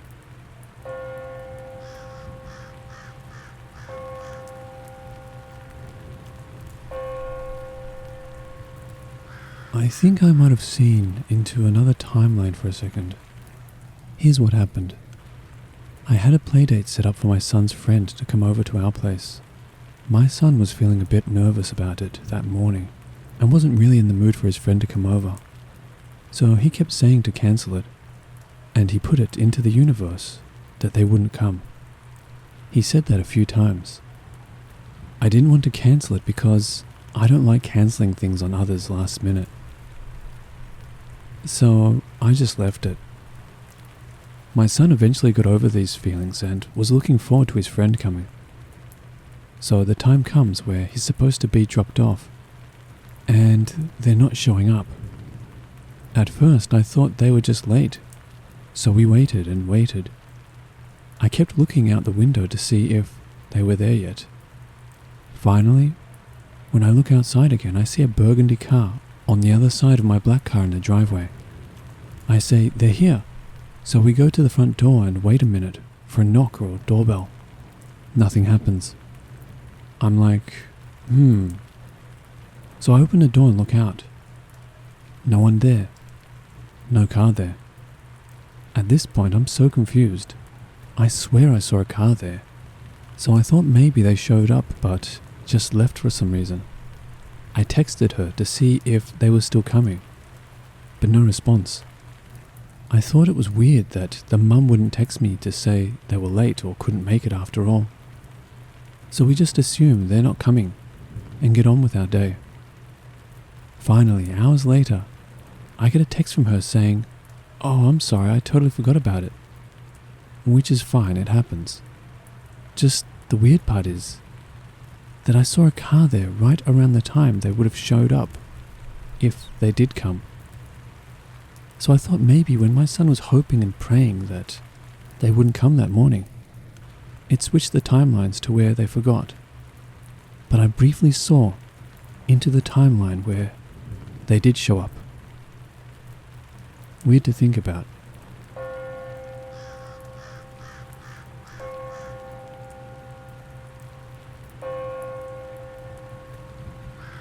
So this just happened about 3 days ago. My girlfriend and I, 27 male, live together and we have 2 dogs. We have a sliding glass door that goes out to a small enclosed porch area, and this is where we keep our dogs' food and water bowls. My girlfriend fed the dogs and closed the door, like she always does. One of our dogs is a spaz and won't eat unless we literally close the door and keep him out there. So she comes back in and sits on the couch, which is in the room by the sliding glass door. I'm sitting on a chair closest to the door where the handle to the door is directly to my left, and if I were to lean over far enough in the chair, I could probably open it. So this is where things got weird. After about 5 to 10 minutes, there was an abrupt noise, which was our dog basically wrecking through the blinds on the door and running back into the house. We have those tall vertical hanging white blinds that hang from the top all the way down to the floor. It startled me at first because of how sudden it was, and since It was totally right next to me. I didn't think a whole lot about it until I looked back outside where my other dog was still eating and the sliding glass door was still closed. What's even weirder is we had the blinds pulled open a decent amount so that when you open the sliding door to go outside, the blinds aren't in the way. So it's not even like he came in where the normal entrance of the door would be. It's like he phased through the middle of the door because that's where the blinds were pulled to, and that's how we noticed him coming in because the blinds were rocking back and forth. Also, in order to come back inside where he did, the door would have had to have been pulled all the way open. It was completely shut. I looked at my girlfriend and said, "The door is still closed. How did he get back in?" That's when she noticed too, and her eyes got big and we were both just like, what the hell, for a good 30 minutes. I can't seem to come up with any explanation. The door was completely closed, and even if it was cracked, which it wasn't, how would it have closed behind him, or explain the point of entrance he made, which was in the middle of the door? There was also no damage or dents or anything to the glass door.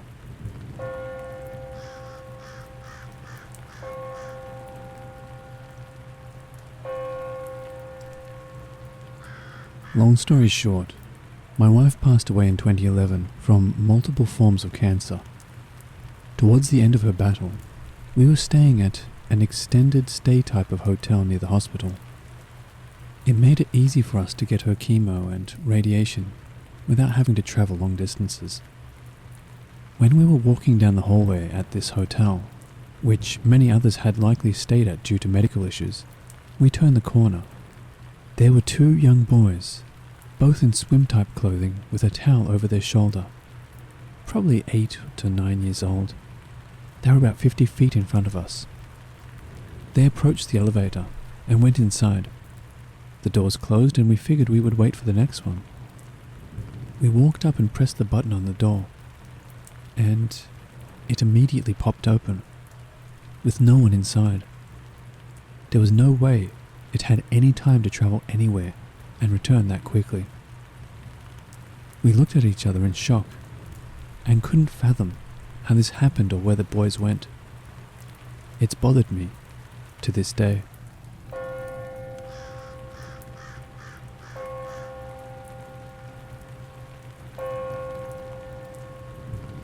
To start off with an important note, I have IBS, irritable bowel syndrome, and it really affects my day-to-day decisions. I try to follow through on my appointments, but sometimes it's not always possible if I have a bad reaction. So I had a haircut planned out, but that day I felt pretty shitty. I was considering turning around and going back home. I finally decided I'll just do my best and go get the appointment done. Fast forward to me sitting in the chair, getting the haircut when my barber gets a phone call. He picks up, and a few moments later is looking at me oddly. He said okay, no problem, and hung up. He walked up to me and was like, "You're digital abuse, right?" I'm like, "Yeah, of course." Apparently, I just called him and said I'll be there a few minutes later, due to stomach issues. We both stared at the door, but no one ever came. Still the weirdest moment.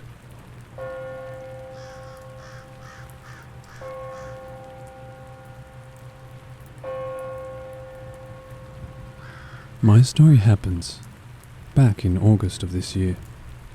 I have started a new job back in July and was settling in with my new responsibilities and co-workers.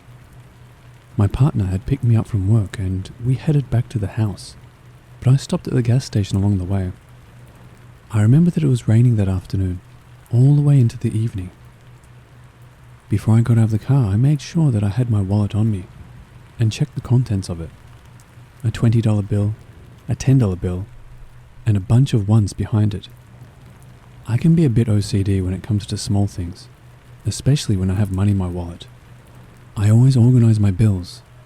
according to the monetary value, greatest to smallest.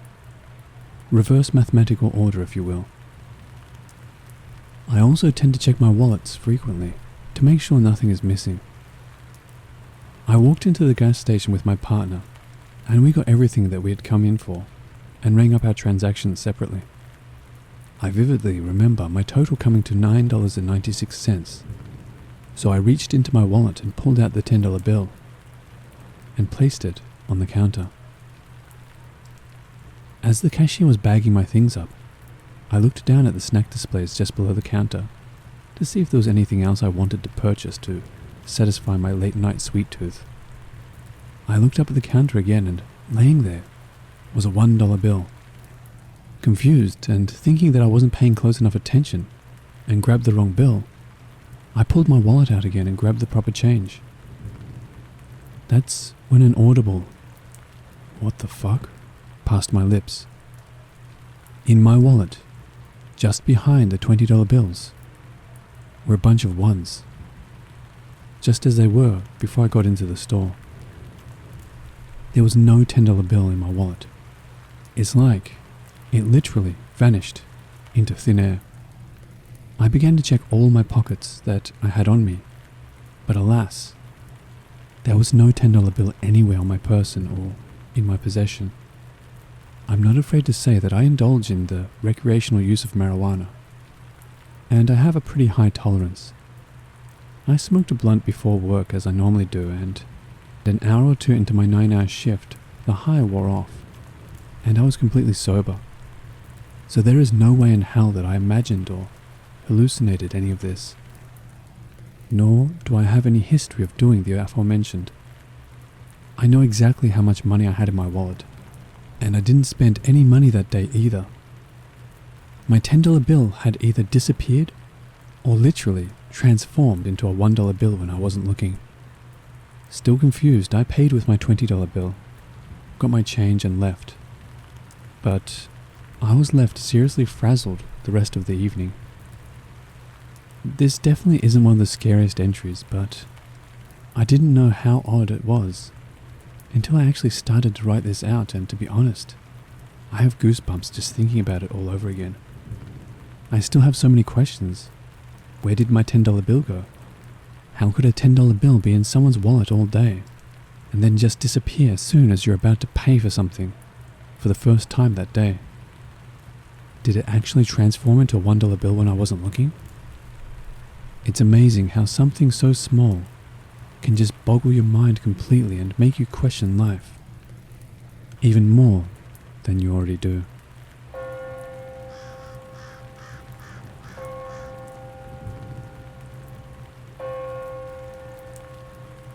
So last year I was working a customer service role at an insurance company, over the phone work. We got a 20-minute morning break, 30-minute lunch, and a 20-minute afternoon break. During my lunch break one day, I went to sit in my car out in the car park and eat my food, to make it easier to have a smoke before going back inside. Plus, then I could listen to music while I eat. Basically, I'm a car enthusiast, and I tend to notice cars and their registration plate in passing. My eyes just sort of automatically go to cars and their plates, and take them in by way of habit. I was walking towards the smoking area, and I noticed a red Vauxhall Astra 2013 model up ahead, slowly starting to reverse out of a parking space. I got to the smokers area just behind the wall next to the Astra, which was reversing. I lit up my cigarette and turned around again to face the car, I guess to judge their driving skills. And instead of being a red Astra, it was now a red Audi A1 with the exact same registration plate, backing out of the parking space where the Astra had been not even 5 seconds ago. I watched it drive out of the car park and onto the road in complete shock. I thought about it constantly for the next week, and it started to make me feel sick and question everything in life the more I thought about it. Not really had anything else weird like this happen to me before, and I hope it doesn't cause more It really freaked me out.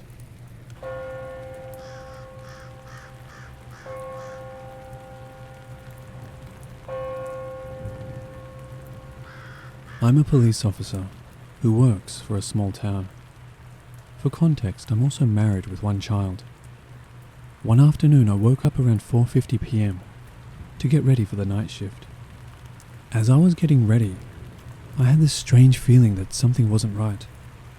It didn't seem to bother me too much, and I assumed that I was just still hazy from waking up.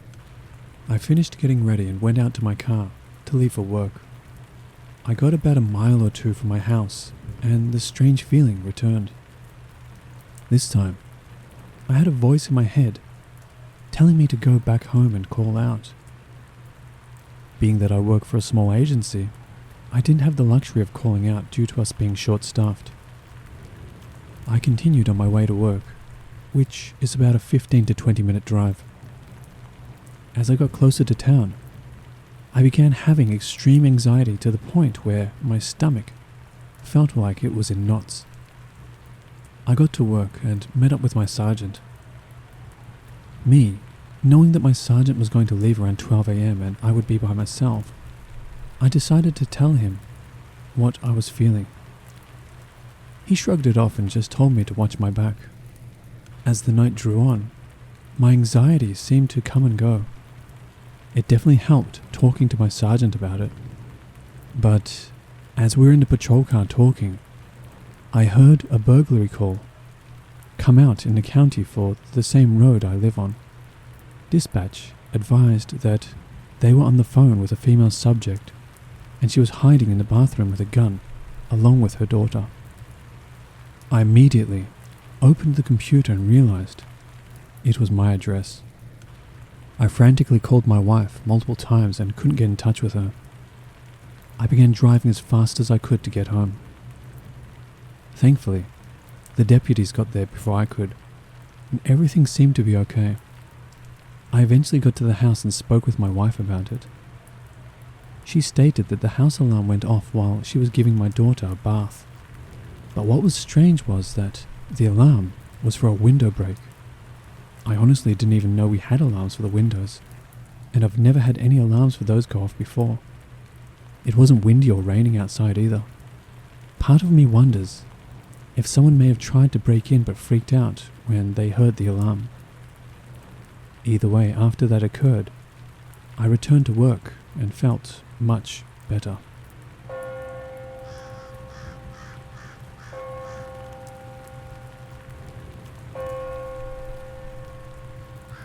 It was my 18th birthday.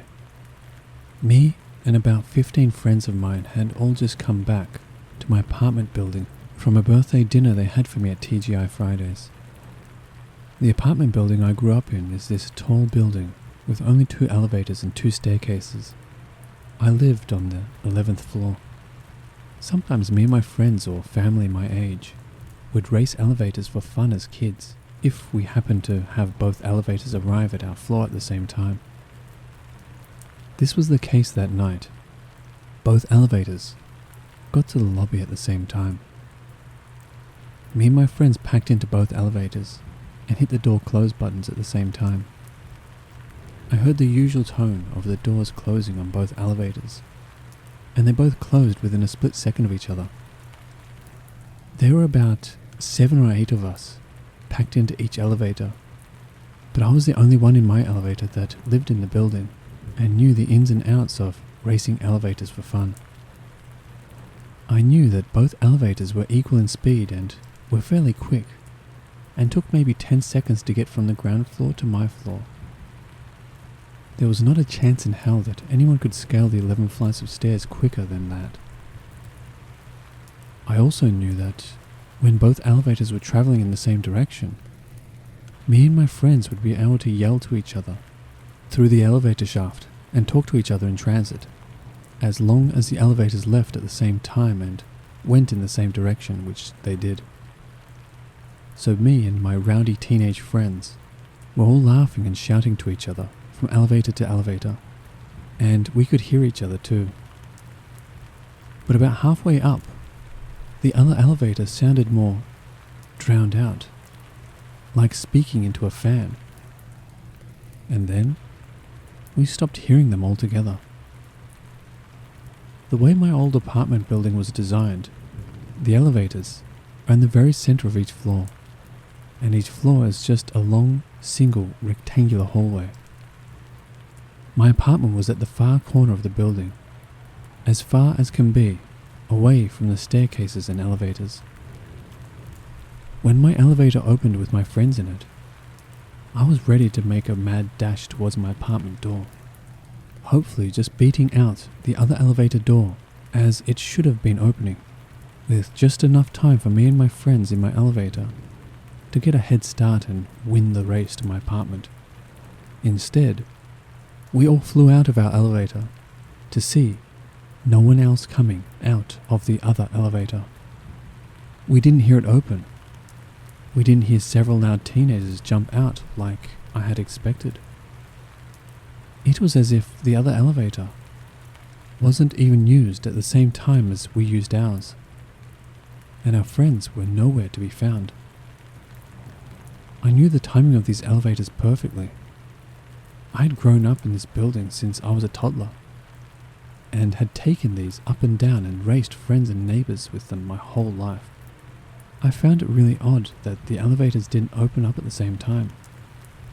I also thought that maybe the other one just stopped on another floor between the lobby and the 11th floor, which of course was a common thing to have happened, and would have been good news, since that would have meant we definitely won the elevator race.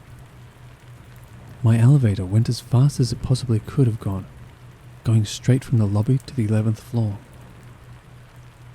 We all made our way down the hallway and into my apartment, and found that my family and neighbors had decorated the apartment with pictures of my friends and I, and surprised me with a cake.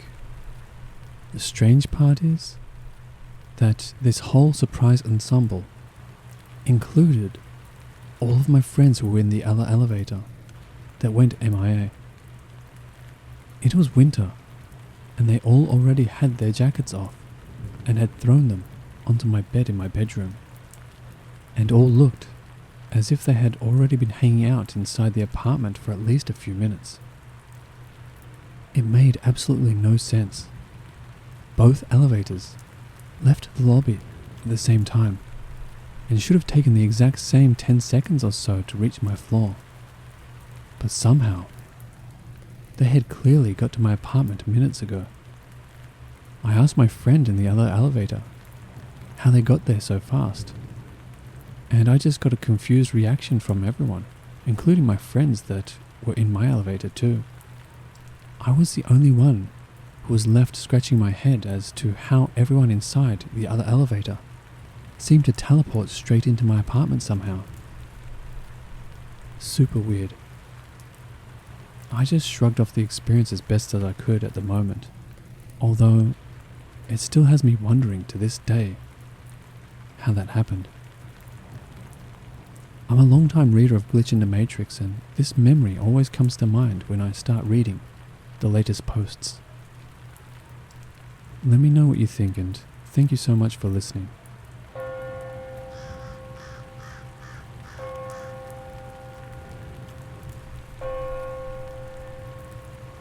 This has bothered me since it happened, and it's so weird and makes no sense whatsoever.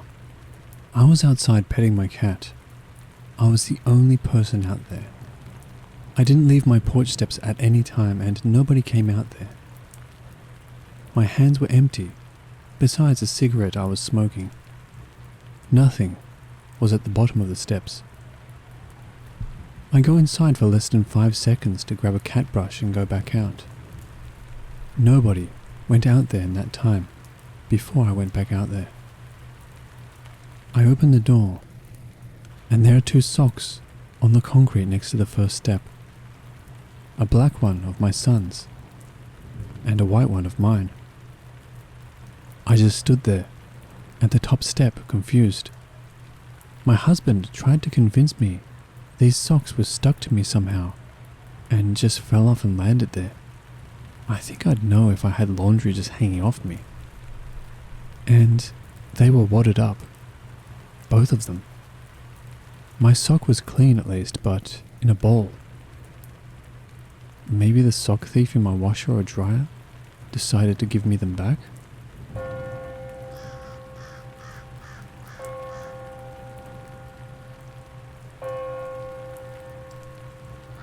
So in order to tell the whole story, which happened in 2020 when I was 18, I have to go back to when I was in middle school and mowed my neighbour's lawn for money. So I guess this started when I was in middle school. My dad talked to me about how I could start making money helping out neighbours. My neighbours were old and couldn't mow their own lawns, but didn't want to pay a company to do it for them. So they asked me. I started doing this for a couple of years before I was old enough to start doing real jobs. But during the time I'd mow their lawns, I had just gotten my first pair of headphones. I listened to music all day, wherever I was, so by instinct, I wore them while mowing the lawn.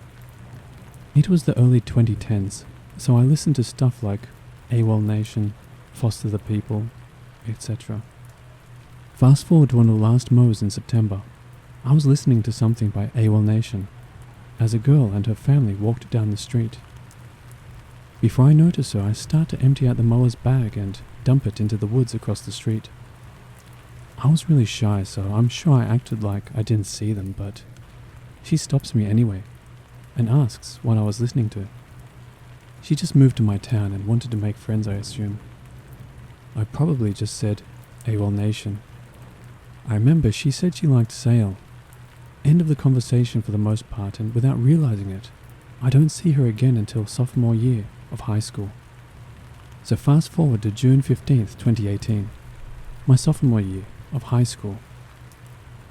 My still favorite band, AWOL Nation, is coming to Clifton Park, New York to play live.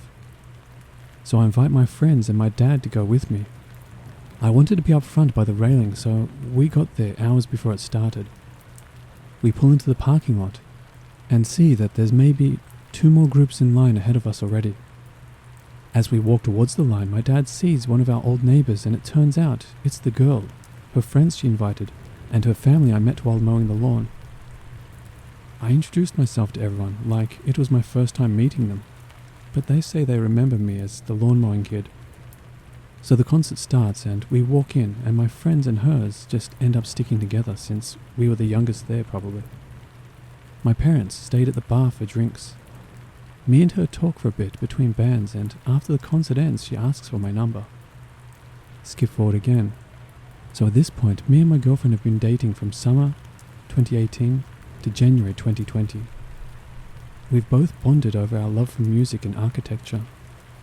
In February 2019, we take a train to go to Manhattan for winter break and have the best time of our lives there. The next year, we still live in Albany, New York, and wanted to go back to New York City for winter break and my birthday. Our now favorite artist, Tame Impala, has a set release date for his new album, The Slow Rush, which happens to be the same time we go to NYC. So we decide to wait and listen to it for the first time on the train ride down. As I'm packing, I find the old headphones I used to wear mowing the lawn in a box with my Xbox and stuff. They're actually pretty good, so I decided to bring them on the train instead of my AirPods. So now we're at the train station, wanting to get on as my girlfriend notices the headphones and kind of gasps and smiles, asking if those are my old goofy pair. Since it's early in the morning, she decided she wanted to sleep on the train ride this time and let me listen to the new album first, since it would have been awkward if both of us both were listening with different headphones, instead of like a speaker or something. So I agree and give her my neck pillow thing, and I start listening after I see she's asleep, so she doesn't accidentally hear the music somehow.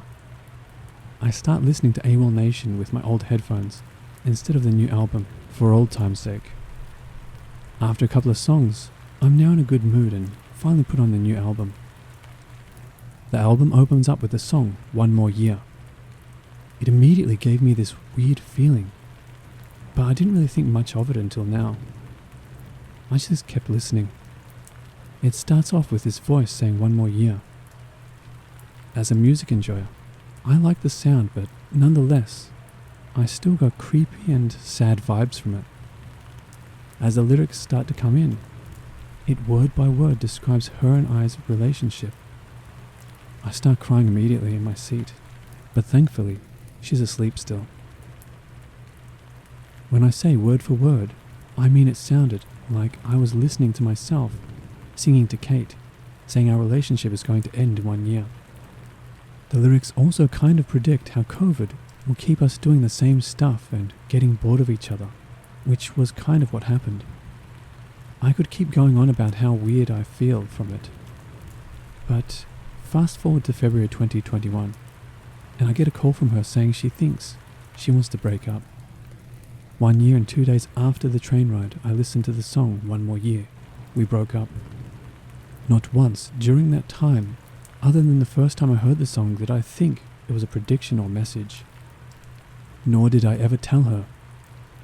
But now I can't hear the song without thinking it was some form of a message.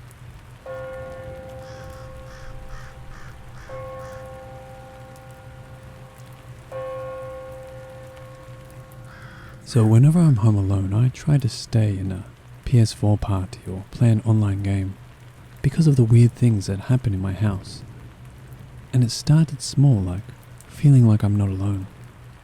This doesn't bother me much, but it got worse over time. I remember being extremely paranoid, so much so that I called my friend and lost it when I heard a knock on the door, but nobody was there. It eventually stopped and I felt much better. Unfortunately, weirder things started happening. This one happened recently, like a week ago. I was home alone while my family went shopping because of lockdown, and I was in a party with my friend. And I remember hearing a bang upstairs. I tried to ignore it, but it bothered me a lot. When I got calmer, a wooden chair was dragged out from under the table, and my friend mentioned it straight away. This scared me because I thought it was in my head. I ended up getting enough courage to go into the kitchen and see what happened, and yep, the chair was now in the middle of the room. I checked to make sure the back door was locked and the key was still in. It was locked, so I checked the front door as well.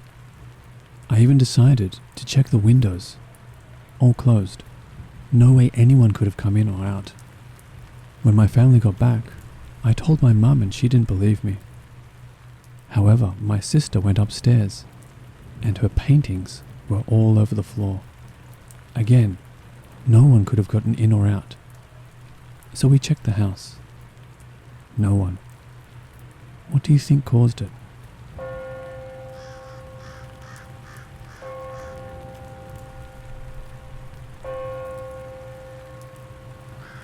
Let me paint some context into this. My family consisted of my two parents, myself and my cousin who lived with us. My parents both worked late night shifts, and my dad was often out of the country. My cousin also had a job and she came back in the early evening, while I came home from school in the afternoon. All this to say, I was alone in the house for hours on end. So one day, I came back from school to my usual empty house. But something was really off, and you could feel it as soon as you stepped into the house. That's a pretty common feeling in the house, so I shake it off. Until I start hearing my family chatting in the kitchen. That's odd. Everyone should be at work, right? Right. So baffled, I peer into the kitchen, and the noise cuts out like someone pressed pause on a CD player. The kitchen is empty.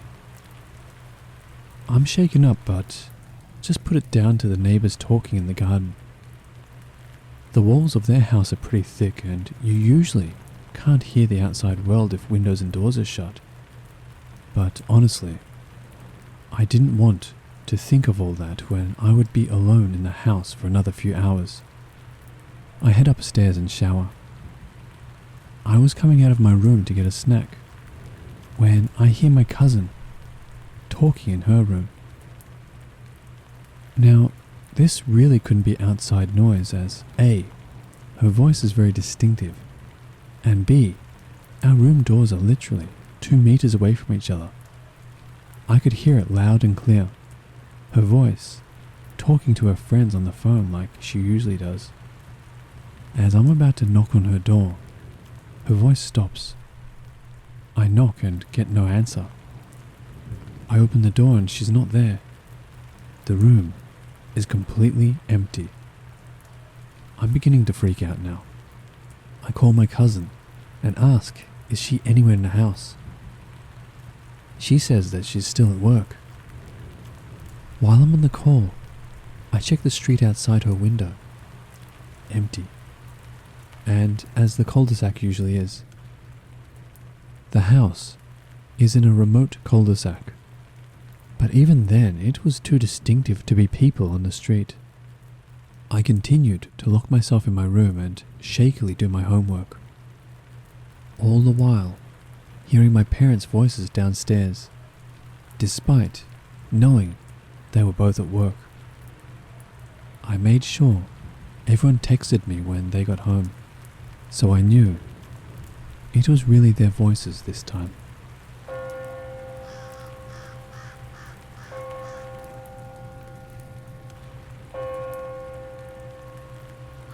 So, to paint a picture, the light switch in my front room is positioned behind the door, so to turn the light off behind me as I leave the room, I have to pull my arm back through the door while pulling it shut.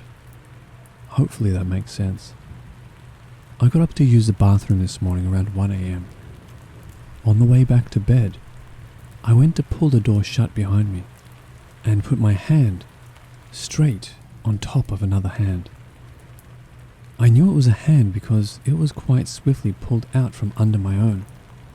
I felt the fingers and it was warm to the touch.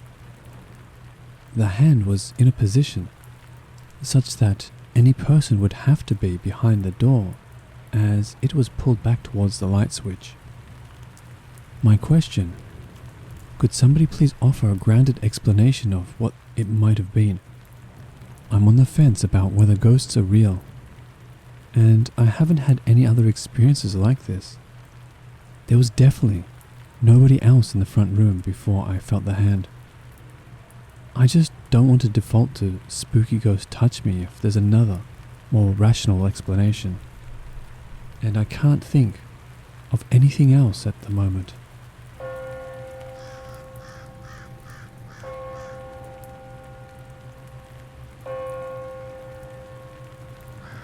When I was 11, my grandma had a friend from work who always gave me a weird vibe. He would show up to my house right after my grandma and him got off work. Now, he lived in a different city than me, so he would have to make 2 trips to go home. When he showed up, he would watch my grandma sleep for like 5 minutes before waking her up. The reason I would let him in is because my grandma, half asleep, would just say, "Let him in," and then she would fall asleep again. My grandma would leave the bathroom door open when she changed out of her uniform, because I would be in my room when she got home or on the couch watching TV. So sometimes my grandma's friend would come in and go to the bathroom. He was weird. The main event happened when I had a family out of state coming to my hometown. But they were staying at my Aunt Linda's house. My Aunt Candace, from out of state, wanted to go fishing with my grandma. So I was home alone because they left early in the morning, and I didn't feel like getting up to fish, mainly because I hate fishing. So at about 12:30, my grandma's friend shows up and doesn't leave when he sees my grandma's car is gone. So then I just think he's being weird and he'll leave. I was sitting on the couch, watching TV. Then I heard a loud bang. I lived next to a highway, so I thought nothing of it. But then, it happened again. I see my dogs run to the laundry room, which leads to the basement and back door. I go outside to see what's happening, and I see the back door that's supposed to be nailed shut, wide open. Being a child, I start to run to the front yard. Then I see my grandma's friend isn't in his car. I then call my cousin and she and her kid come over. They jump out of their car and run to the backyard. Now, it's important to note that my cousin was an adult who worked with my grandma. So when she goes to the backyard, she sees him just casually walking out of my house. She says, "George, why are you here?" He looks startled to see her. Then he says, "Oh, I had to use the bathroom." which made no sense. Then my cousin followed my grandma's friend to his car. We looked at what he did. He took off the nails that nailed the door shut. Then he bust the bottom panel to get the second door open. I assume that was the first loud bang I heard. Then he went up the stairs to go to the laundry room door. He tried to bust it down, so I think that was the second loud bang. When he was leaving, he was either giving up or going to his car to get something to make it easier. So I called my grandma. She went to my Aunt Linda's house, which is where I went to after he broke into my house. She stopped being friends and never spoke to him again. My theories are the following. 1. He heard I had family from out of state, so he thought I was with my grandma. So he thought no one would be home. 2. He broke in to try and steal pills from my grandma. 3. Because of other weird things he did, like watching my grandmother sleep, I think he was trying to steal her used bra or panties. That's my story. I hope you enjoyed it and stay safe. Also, stop being friends with someone if your kid says they watch you sleep.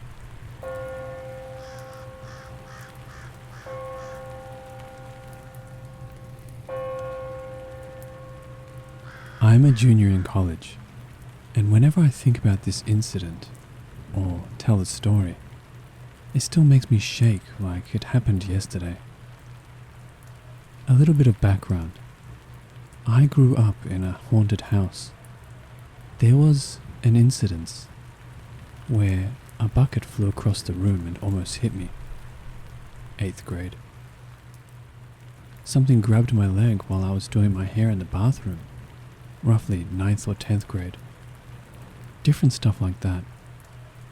On top of that, I've also seen things like shadows. People and friends have too.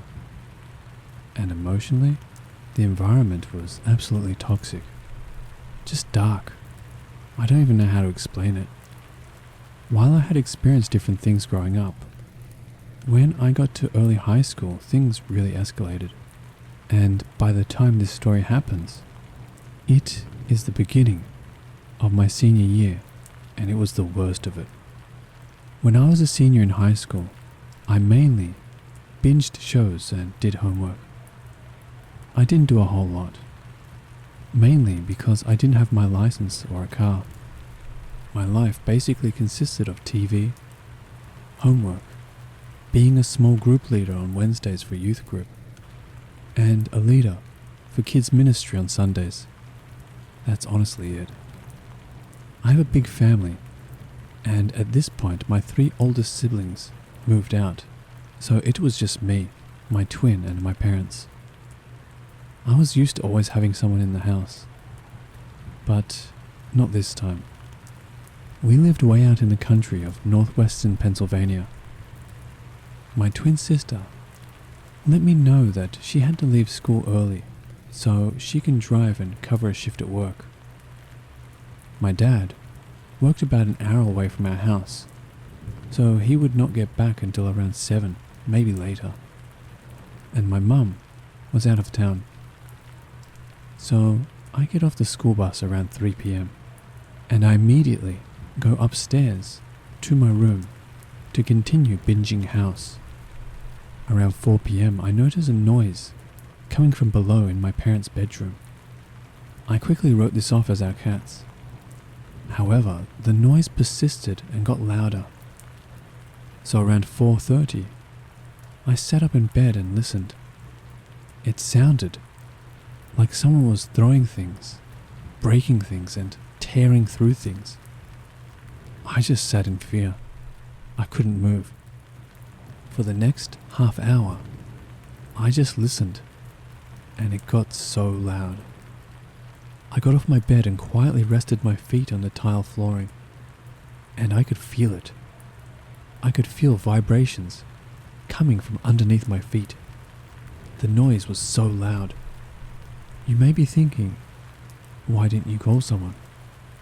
Well, I didn't get a cell phone until a few months after this, and we no longer had a landline. I stood still for the next half hour and didn't know what to do. At this point, it was around 5:30ish, and I was crying because I was so scared. At this point, the noise was so loud, it was hurting my ears. But then, the noise suddenly stopped. Out of nowhere, it stopped. And this scared me more, because whatever was down there had nowhere to go but up. I had no way to defend myself. I literally found a dinner plate and a wooden drumstick in my room, so I was holding those in my hands.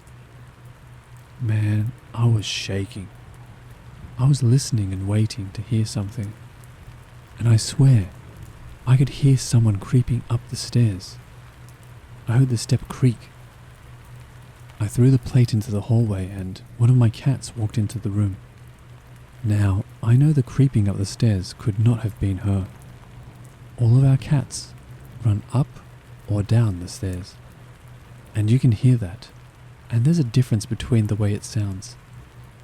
And then, nothing happens. I stood there shaking and crying for the next half hour. Then I heard the front door open around 6, and my twin announced she was home. I ran downstairs crying and she was so confused. I tried to tell her, but I was so worked up and crying so much that I couldn't explain it well enough. I said, "Look with me, please." And we walked across the living room to the entrance of my parents' bedroom. I turned the light on, and to my surprise, absolutely everything was in place. To this day, I'm really anxious about being home by myself. I'm so glad I don't live there anymore. After the bank took our house, we all kind of parted ways for college, and then my parents divorced. And I'm not sure if I should warn the new owners about the house.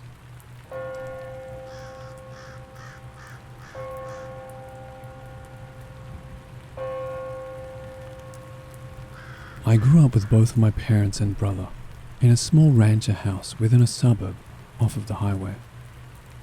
Things were always quiet and crime rarely ever happened. We were the only kids on our street and were surrounded by other houses with old couples. Due to this fact, I was comfortably left at home alone quite often whenever the others wanted to go somewhere late. This story occurred once my brother was old enough to drive and hang out with his friends on his own. One fateful night, my brother was out very late, and my parents went out on a date, planning to come back around 11 p.m. I was playing Halo 3 all night. That dates my story if that helps.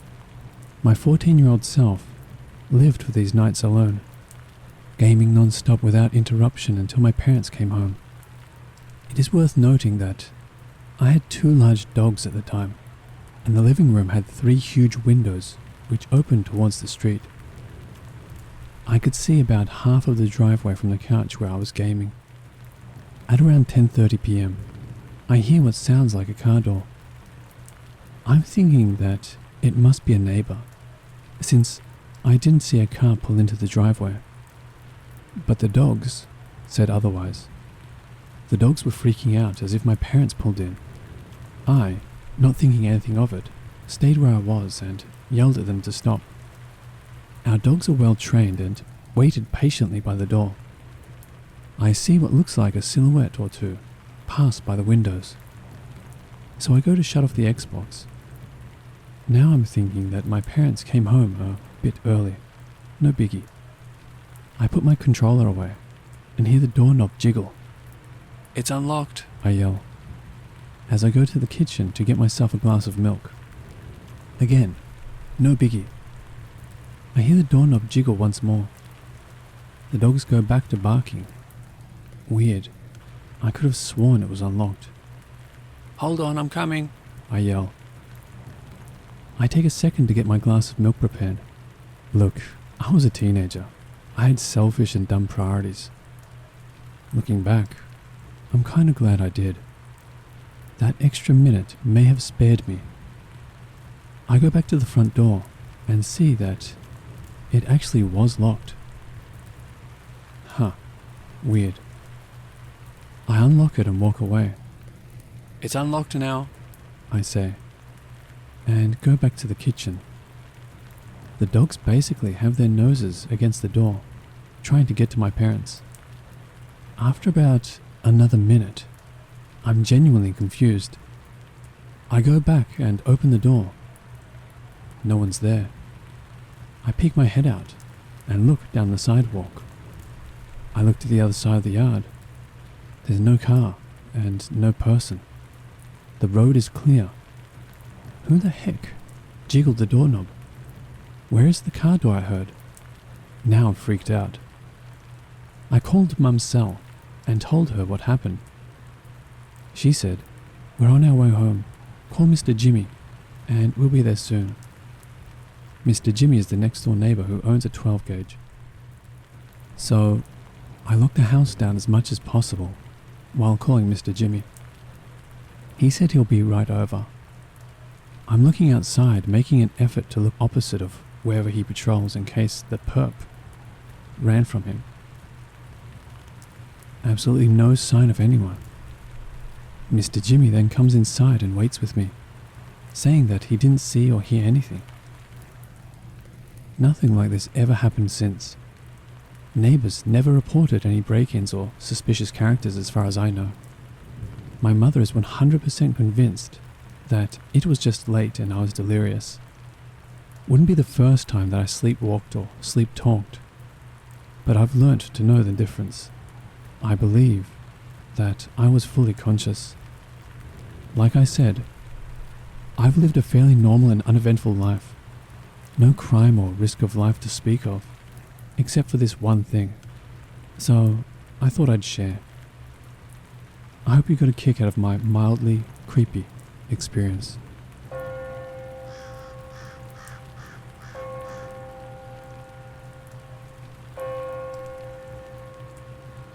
This happened quite a few years back now. I lived alone with my then boyfriend and our dogs. I came home from work one day with a terrible headache. I decided to go straight to bed to try and sleep it off. It was probably only like 5 p.m. I went in our room, turned the lights off and knocked out.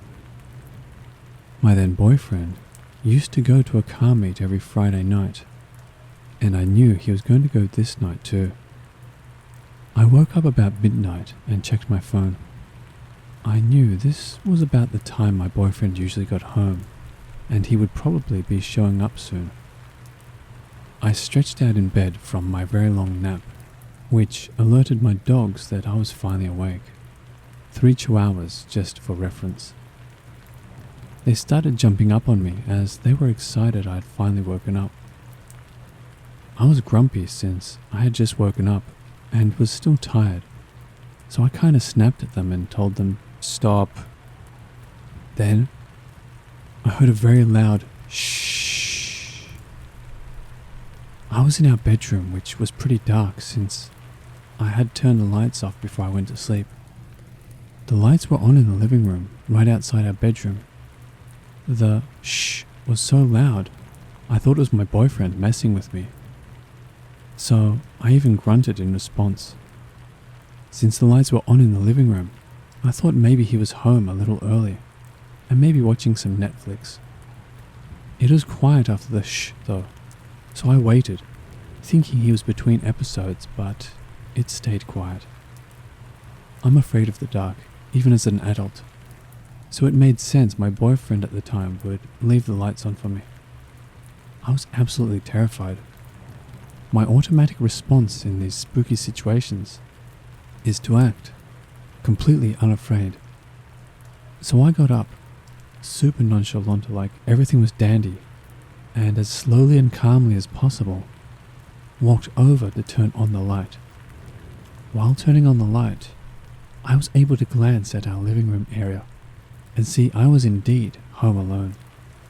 I again, very calmly and slowly, walked back to bed, picked up my phone, and texted my ex, telling him what happened. He thought I was worried about an intruder, so I reiterated I was not, and was sure I was home alone. He was almost home and showed up about 5 minutes later. The shh was so loud, and when I was thinking about it after it happened, it sounded like it came from the closet in our room. Spooked the shit out of me. Nothing else really happened to me at that house, but my ex did have some other experiences. Never really felt threatened though, but if there was something there, it didn't seem so bad. 2 other houses we moved to after this had stuff happen. One more than the other.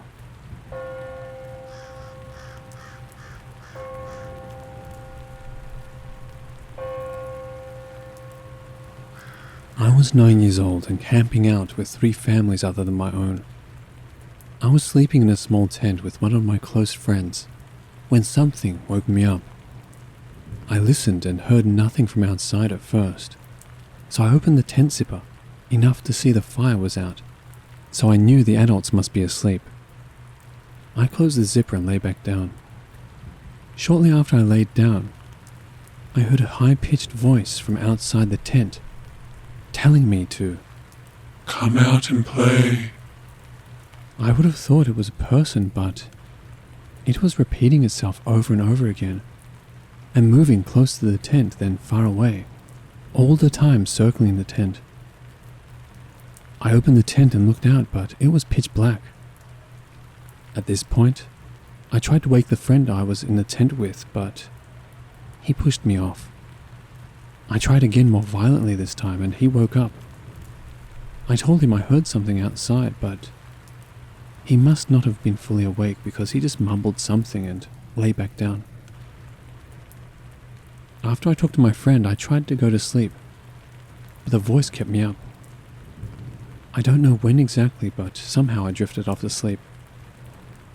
The next morning, I told my friend who had been in the tent about it, and he said he remembered being annoyed that I woke him up. So to me, that means I wasn't dreaming. I'm almost certain I was fully awake, so I doubt I just hallucinated it. I know this didn't lead anywhere satisfactory, but this is my true story about paranormal activity.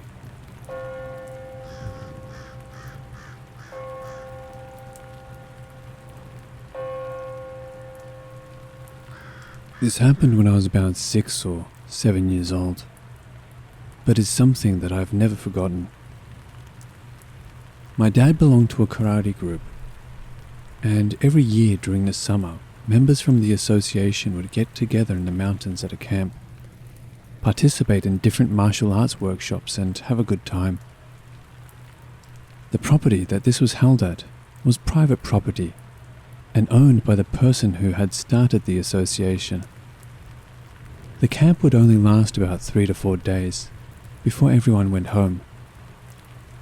It was common for people to bring their spouses, kids, and pretty much the whole family. So my dad always took me with him, and we camped out in a tent. My mum stayed home. My dad would just let me run free during the day since everyone knew each other. I usually stayed fairly close by, playing in the woods or playing with other kids, and I often checked in with my dad throughout the day. While the property was several acres, it was also fenced in, and I was left with specific instructions to never go beyond the fence. One year we were camping, and before leaving for a workshop, he told me to make sure the tent flap was closed and to not leave it open if I left, so somebody wouldn't get the bright idea to steal something. Pretty much everyone at the camp knew each other, and for the most part were decent people, but still to be on the safe side. I agreed, and he left to join some of the other members while I hung out in the tent. It wasn't long before I got bored of sitting in the tent and decided to take a walk in the woods. As I was leaving, I decided to leave the tent flap open about halfway and my Siamese cat stuffed toy animal inside. There were some other tents around our area, but there was no one around, or so I thought, because everyone was busy with the workshops, and I figured it would be okay. I wasn't gone for more than an hour when I got back to the tent, and although nothing was out of place, I immediately could tell something was off. I looked around and, to my dismay, I could see that my stuffed Siamese cat was gone. I was heartbroken. Where could it be? Clearly, somebody took him. On a mission to find my stuffed animal and the person who took him, I stepped out of the tent, and that is when I saw him. Sitting just inside the opening of his tent, not far from ours, was a man with a mustache, holding my cat. He sat there and waved at me. I stood there and stared at him, not knowing what to do. Like so many others, I was raised to be polite and to always be nice. Just be nice. So normally, I would have gone over to him to see what he wanted and get my cat back. This time, I had a sick feeling deep in my gut that if I did that, I would never see my family ever again. He beckoned me to come over to him and tilted my stuffed animal in his hands. I had an internal struggle going on inside of me at that moment. Should I go tell someone that this man stole my stuffed animal? I was afraid that I would get yelled at if I did. I also knew that I couldn't let this man take my stuffed animal from me. Finally, I gathered up the courage and ran full tilt towards the man, grabbed the stuffed animal from his hands and ran past him with a fury until I found a trusted adult. I never told my dad or anyone at the camp about what happened. It wasn't until recently that I mentioned to my dad for the first time what happened that day.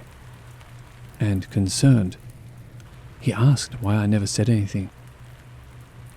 He also said that the description of the man with the mustache didn't match the description of anyone he knew within the association.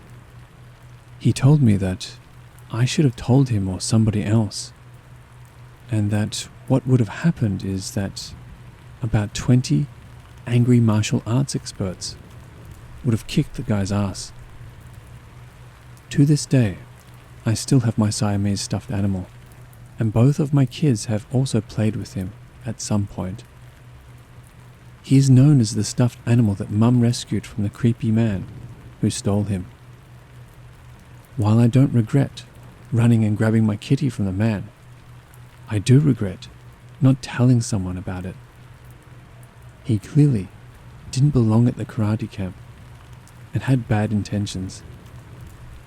I often wonder about how many other people he had done a similar thing to, and had I told someone, the bastard might be sitting in jail instead of doing who knows what to others.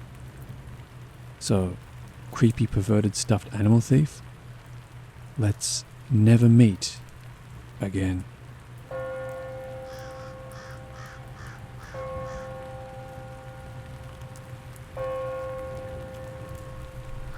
So about 3 years ago I went camping with my girlfriend, now ex, as she had always expressed interest but had never been.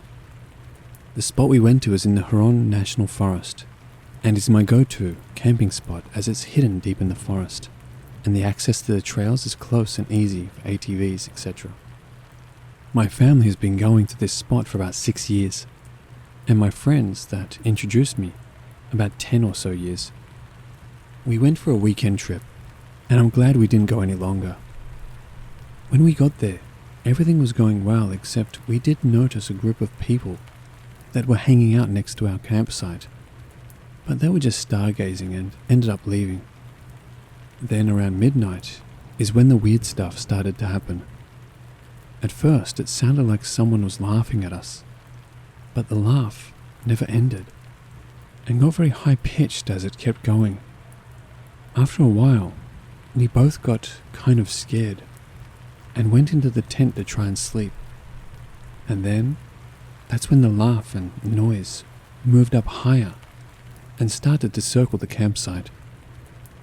After a while of that happening, it just suddenly stopped and then started again around 3 a.m. When it started again, the fire was going out, so I went to stoke the fire with my shotgun in hand and turned on my flashlight to see if maybe I could see any coyotes or something around the campsite. But I didn't see anything or hear any movements below. This went on until 6 a.m. and then stopped, and that's finally when we were able to get some rest. After we woke up, we checked around the campsite and didn't see anything out of the ordinary, so we packed up. Once we were packed up and good to go, I go to start my vehicle and it's completely dead. That really freaked me out, as I'm always paranoid about leaving things plugged in that kill the battery, and made sure everything was closed properly and unplugged. Yet somehow, the battery still died. I was able to get a jump from AAA. That phone call was hard to explain, and the lady who took the call didn't believe me, but at the end, we both laughed. After that happened, I told my friend who had shown me the campsite, and also has a cabin in the same forest, about what happened, and he got freaked out. He told me about 2 incidents, which he has had, one at the campsite and one at his cabin. At the campsite, he stated that one night after we had all returned from trail riding and went to bed, he stayed up to hang out by the fire and have a few drinks. While he was hanging out, he was just looking off into the distance and saw a pair of eyes up in the trees looking directly at him. He described them as bioluminescent eyes. He flashed his high-powered flashlight at them, but there was nothing there. And as soon as the flashlight turned off, they were there, looking right back at him. So he packed up and went right to bed. He didn't tell us because he didn't want to scare us. At the cabin, he was hanging out with his brother, and they were both just chilling by the fire outside when they both saw a pair of eyes looking at them from a trail that leads into the woods. They stated that at the height the eyes were looking at them, whatever it was had to be 7 foot tall or more. They started shooting at it with their rifles, and the eyes disappeared, but once they were done, they reappeared and were closer. At that point, they both freaked out and got back in the cabin, and they did not leave until daylight. We have no idea what this could have been, but all felt very scared when those events were happening. I don't really know what it could be, but I haven't felt that scared since.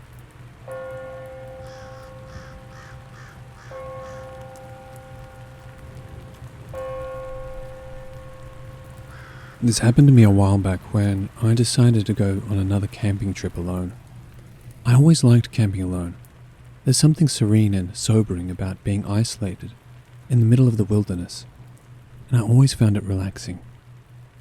So I planned out what trail I was going to take, packed my camping gear and my rifle, and jumped in my truck. I get to this trail early in the morning and hike about 15 to 20 miles in until I find the right spot, and head off the trail to find a place to put my tent up. I stumble upon this nice-sized clearing and decide that it's a nice, beautiful spot to settle down. I'm exhausted at this point, but I set up the tent at the southernmost edge of the clearing, next to the tree line, and manage to get a fire going. I roast some weenies and start to hear a sound in the distance underneath all the forest noise.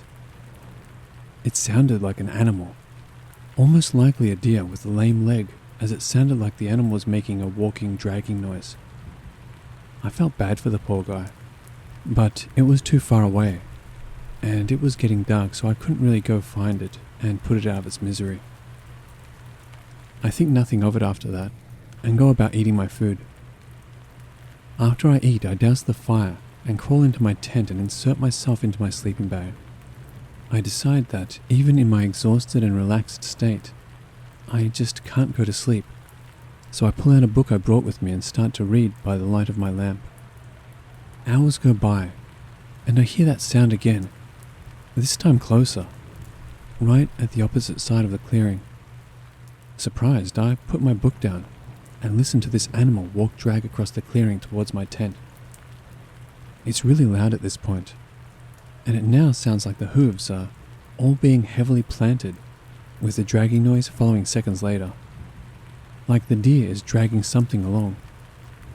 It makes it to about what I assume is the middle of the clearing and stops, and I hear nothing. No breathing. I mean, not a sound from this animal. I unzip the tent and look into the clearing. Nothing but trees and darkness. Unnerved at this point, I zip the tent back up and sit there listening for other noises. Nothing. Just the crickets and the breeze. I decide that there are a lot of strange noises in the woods and tried not to let it bother me. Besides, I had my rifle. I start to doze off when I hear men's laughter off in the distance to my right, then women's laughter, and sticks snapping far off to my left.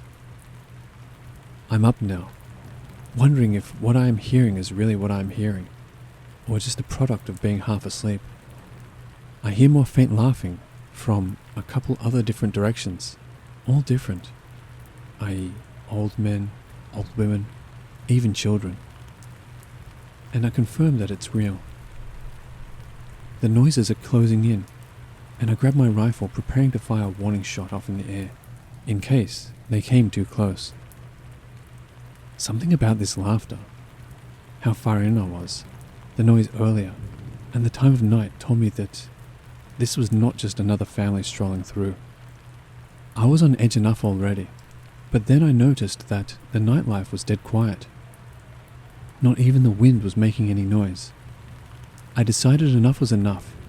I unzipped the tent and fired a shot into the night. I sat there and surveyed the tree line. I saw nothing. I listened intensely to my surroundings. No laughing and the forest sounds had returned. Relaxing just a bit, and figuring that scared whoever off, I sat down, and in my exhausted state, I fell asleep. I woke up later in a cold sweat, racked with anxiety, and it was still dark outside. I immediately hear two people whispering not too far from my tent. Alert, I grab my rifle and listen to what they are saying. I can't make out much, but I hear something about being lost, so I shout, "Hey, who's there?" The voices fall silent. I shout again, "Are you guys lost? Who's there?" Suddenly, a huge burst of flame, like a flamethrower, erupted from the middle of the clearing, illuminating several silhouettes of people just standing around. In shock, I fire my rifle, blowing a hole in the front of my tent, and it goes dark. Without checking my surroundings, I get up and sprint out of my tent, making a hard left back to where the trail was. I hiked until sunrise, back to my truck with my head over my shoulder the entire way. Never heard anyone follow me. Never saw anyone or anything the whole way. But couldn't shake the feeling I was being watched. After that, my enjoyment of camping alone left me, like I left all my gear in the woods that night.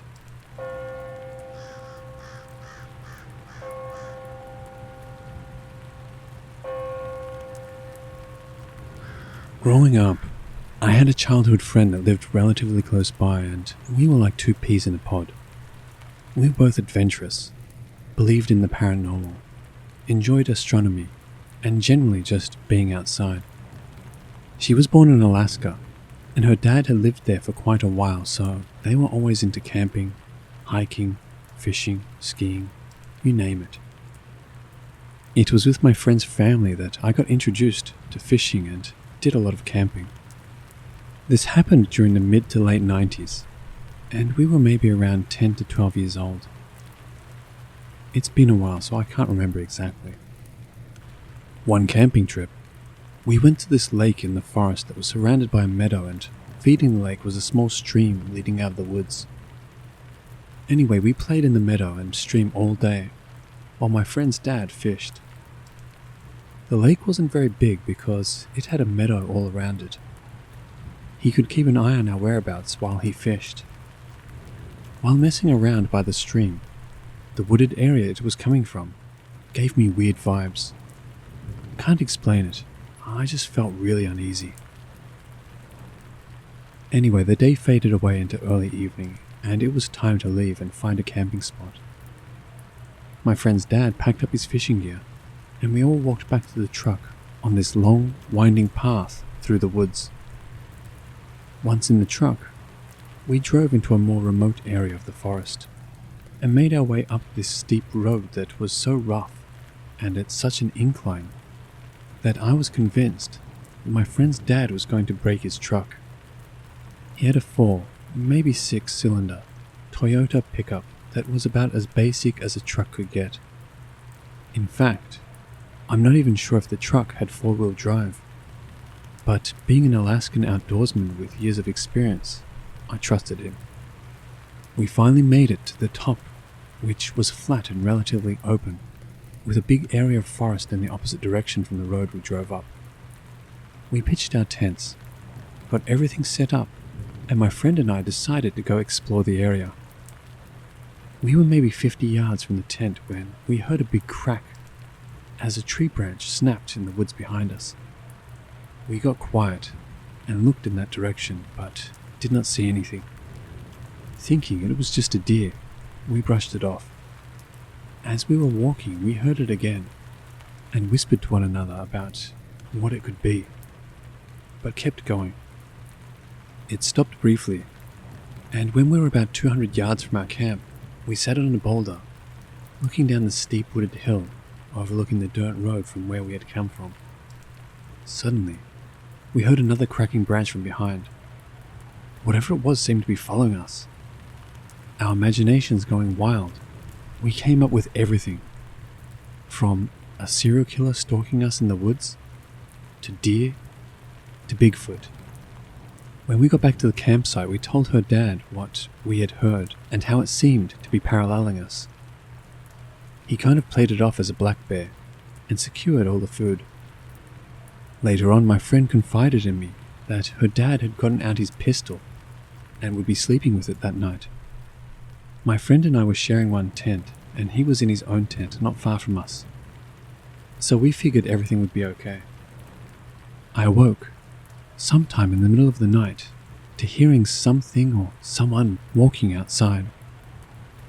As I lay still listening, I could hear it quietly circling the tent. It sounded like it was walking on 2 legs because it had a distinct rhythm in how it walked. Whatever it was sounded big as I could hear its weight as it put each foot down and walked. I could even hear relatively quiet but deep, heavy breathing at times. As I lay there listening, I could hear it wandering to the other parts of the campsite and then back to our tent, almost as if it was walking in a big, repetitive loop.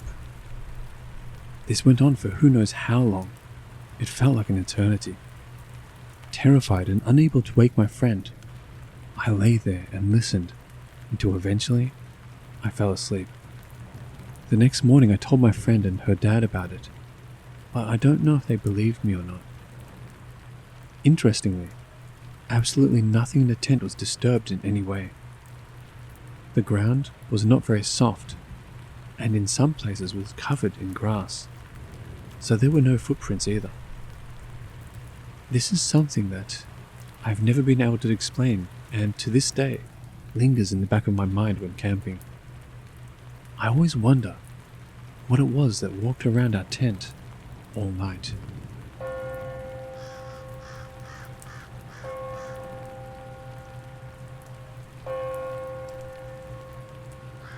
Background. From 1993 to 1998, every summer I attended a Christian youth camp for girls. Camp lasted 4 days, 3 nights. There were about 200 girls at the camp, and it was about a 1.5 to 2 hour drive away from our homes. Some of the camping areas were tent only, others had A-frames, and at least one of the camping areas had longhouses. The campground is called Ensign Ranch. You can look online to see pictures of what these different camping areas look like. It's a really safe campground, and we had a lot of fun every year. In the evenings, we would tell spooky stories, pretty typical stuff for youth camps. On the last night of camp in 1996, I was 15 at the time. There were several of us girls on the top level of our longhouse. It was past bedtime, so we were quietly telling scary stories. I had told a couple, one with the help of a friend. I'll call her Lily. I don't remember the specific stories from that night, just typical and the hook was hanging from the car door stuff. After a couple of hours of spooky stories, someone else was talking and I was getting really tired and could hardly keep my eyes open. Then some of the girls asked me to tell one more story. So I start telling a story, making it up as I go. Just typical, on a dark night, in the woods, not far from here, type of beginning. Next thing I know, I wake up, lying flat on my back. As I'm waking, I realize I'm still talking. But once I become aware of my own talking, I couldn't remember what I was saying, or trying to say. I was fully awake then. I finished by lamely saying something like, "They all died, the end." I looked around me at the girls, who were all staring wide-eyed at me. A couple of the girls were quietly crying, mouths open in horror with tears streaming down their faces. My friend Lily whispered, "That was the creepiest thing I've ever heard."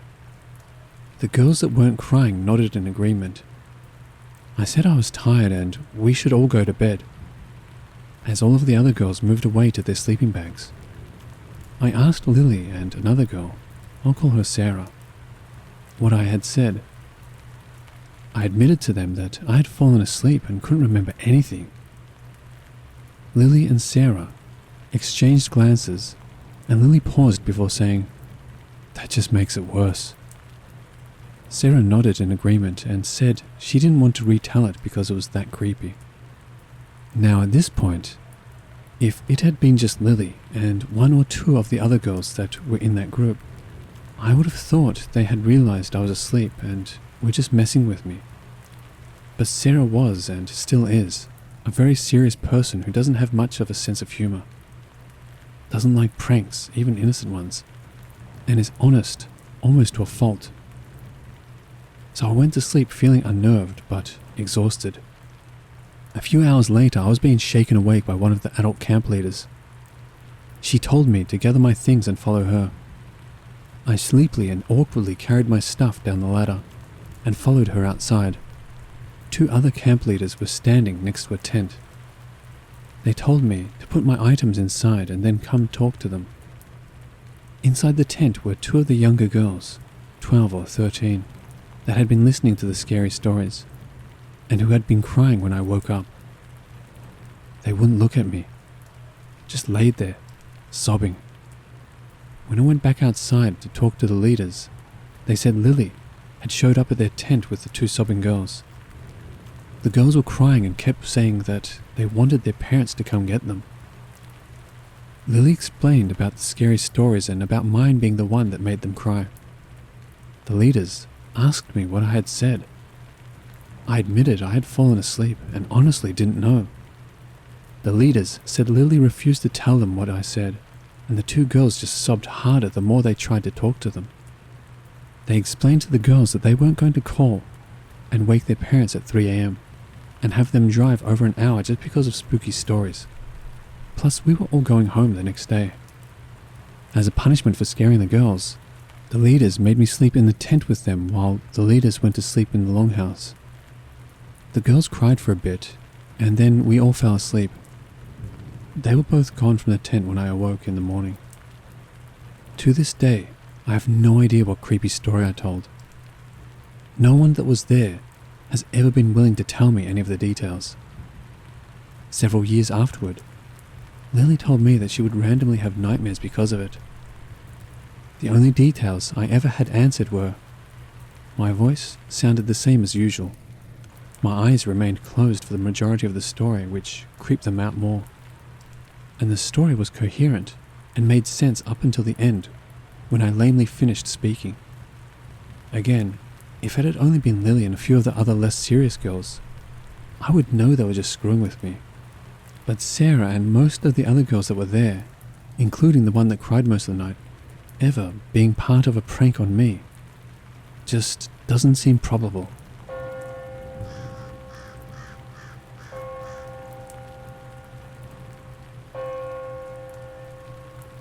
This happened around August of 2019 in Yosemite National Park.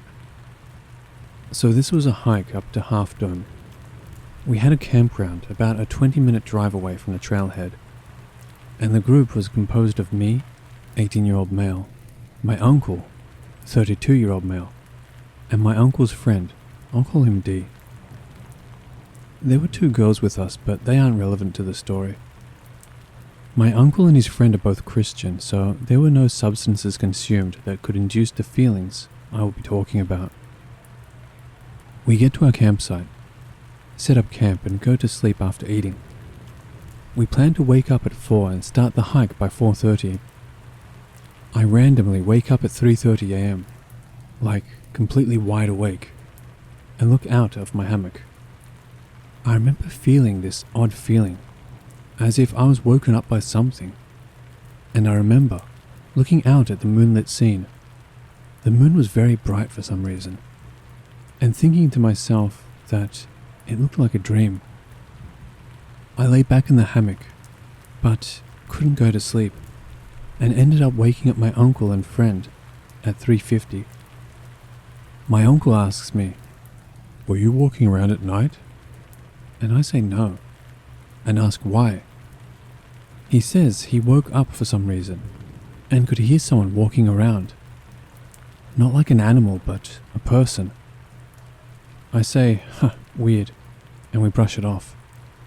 We get to the trailhead around 4:30, and as everyone is unloading from the car, D says he's going to use the bathroom, which there are a couple of before the trailhead. I walk behind him for some time before falling behind and waiting for my uncle who forgot something in the car. The short straight road from the parking lot runs directly into a T intersection, with the road to the trailhead, and the bathroom is directly across from the intersection through the field a little. Those who have been there know what I'm talking about. We get to the intersection and wait for D to come out of the bathroom. We wait about 10 minutes before I go and check the bathroom. He isn't there. We get back to my uncle and tell him that.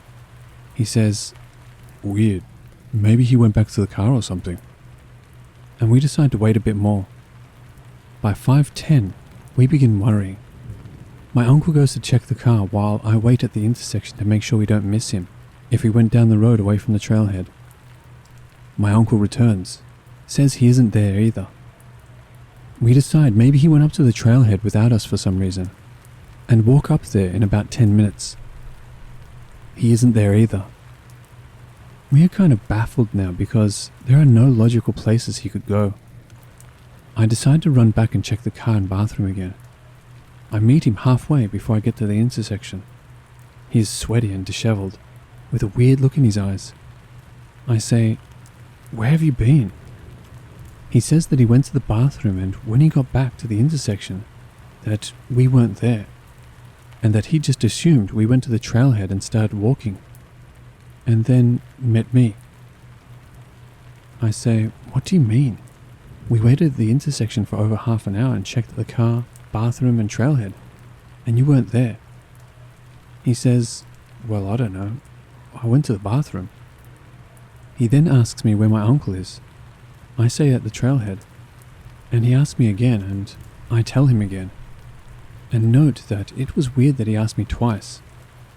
As we're crossing the bridge to the trailhead, he sees a light off on the riverbank and exclaims, "Oh, maybe that's him." And I just look at him and keep walking. I thought his behavior was very strange, like he wasn't thinking straight. We finally get on with the hike, and it goes by just as normal. Except that we seem to keep losing things, such as my uncle's small red flashlight, one of the girl's gloves, a water bottle, etc. It's like we just simply forgot about the items and couldn't remember where we could have left them. On the way back it got dark and we turned on our flashlights. As we neared the end of the hike, after the 2 waterfalls, it begins to seem as if we've been walking for far too long.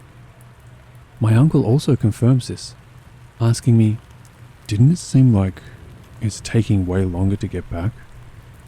I say, "Yeah, I was just thinking that." We keep walking, but it still seems we weren't making any progress. I've been on that trail many times, and as I was walking, I couldn't spot any familiar landmarks. It was weird. There was this odd feeling in the air, sort of a slight menacing feeling. It's hard to describe. I remember thinking, it feels like the woods are alive. We remark 3 more times about how long the hike is taking, and begin to laugh at it because it felt so ridiculous. After a bit, we finally and suddenly find ourselves on the final stretch and make it back to the car. Now all of this seemed odd at the time, but I just brushed it off. I only realized how weird those events felt after we got home and my aunt asks my uncle, "Were you camping?" And he says, "Yeah, how did you know?" As we didn't tell them we were going since it was kind of last minute. She says that she had an odd dream where she sees my uncle in a tent in a forest somewhere and someone is outside his tent. She says she couldn't see who it was but knew there was a presence there. She says that she woke up around 3 and had the strong urge to pray for him, and she did. My uncle kind of looks at me after that like, "Are you hearing this shit?" I honestly don't know what to make of all this, but I wanted to post it to hear your opinions.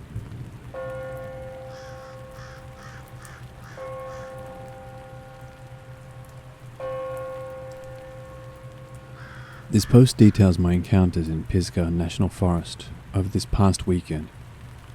I went with one friend, who will be referred to as B. I will post objective observations, followed by our possible interpretations, followed by my own questions. So we arrive late and park at Table Rock. There are quite a bit of campers already set up in their tents. After eating, we decide to sleep in the bed of the pickup truck and watch the stars. B went and took a shit over in the woods. So fast forward and we're chilling on the bed of the truck.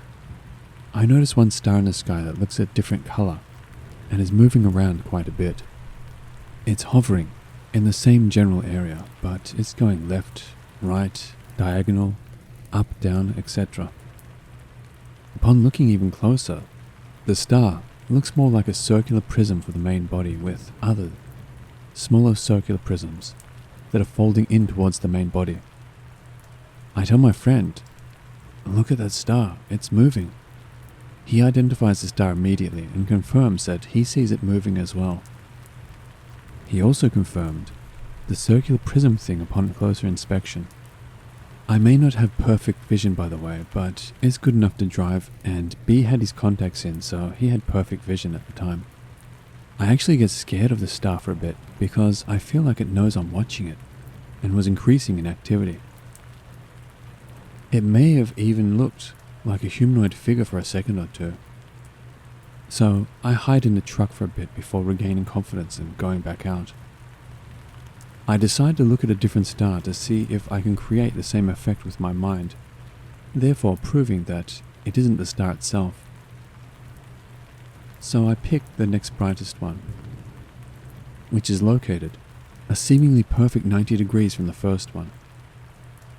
This star seems normal at first, but then starts moving around and doing the exact same thing the other star was doing. It seems to be picking up activity as I'm intensely staring at it. Unbeknownst to me, B was already skeptical of this particular star as well. He confirmed seeing the same thing when looking at this other star as well. Still, it was much less pronounced and was a normal color. The original one had like an orange glow to it instead of a more traditional star-colored white. All the other stars in the sky were normal and did not display any such activity. Next up, we hear a stick smack loudly into a tree, exactly where B went to take a shit. B claims to have heard some angry ape-like sounds with footsteps moving through the trees closer to us and the parking lot. I did not hear the latter, but I definitely heard the stick smack. It was pitch dark at that point, and seemingly no human activity in the area aside from tents on the opposite side of the parking lot. B has a feeling that he pissed off something territorial with his shit, so we get into the truck and sleep there. Later on, I have no idea what time or how long I was in the truck. I noticed maybe 2 to 4 groups of campers leave at right about the same time. 2 to 4 cars of people load up and leave. It's still pitch black at this point. The human activity gave me comfort and I used the opportunity to sleep. Our thoughts? We think B may have pissed off something with his shit.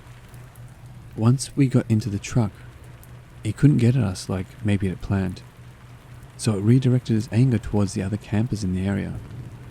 This may have reached a breaking point where several groups of campers decided to get the hell out of there. Anyone else was going to stay in their tent no matter what. It was still pitch black at the time, so it's unlikely that people were finishing hikes, especially not multiple groups at the same time. One car in particular pulled out of the parking space before everybody got in, which may be a sign of being rushed or simply trying to move quickly. My questions: does anybody have any info on Table Rock? Apparently, it used to be a place where Native Americans did sacred ceremonies. I haven't found any info on what type of ceremonies or anything at all. Has anyone ever seen star activity like that before? Anyone experience anything weird at Pisgah National Park in general? Has anyone ever seen star activity like that before? We feel that Table Rock may be a hotbed for activity. The next day we drove to the other side of the park and went backpacking in the Linville wilderness. We didn't want anything to follow us. Nothing crazy happened overnight. I did see a lot of shadows outside the tent, but I didn't hear any noises, so I figured I was either hallucinating or it was somehow natural.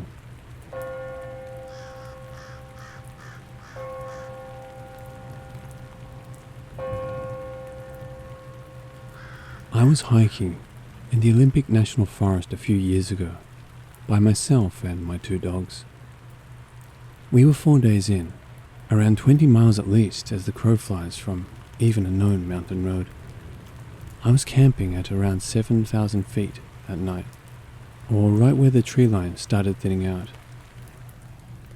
So when we got to the campsite, a big open meadow on top of a secondary mountain, it was about an hour from sunset.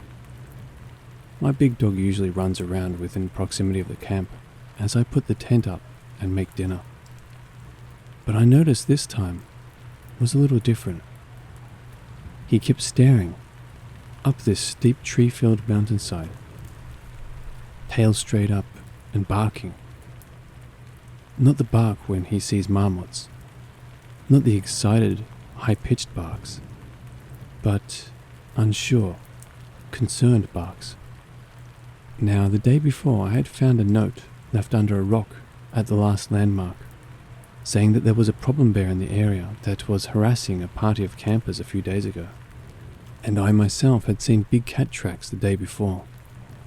So I was rightfully concerned that this may be more than just ground squirrels. I decided to go climb some of the boulders at the foot of the hill while I took my time looking up the hillside for movement, before I went to go hang my bear bag up there. They were the only trees around to hang the bag.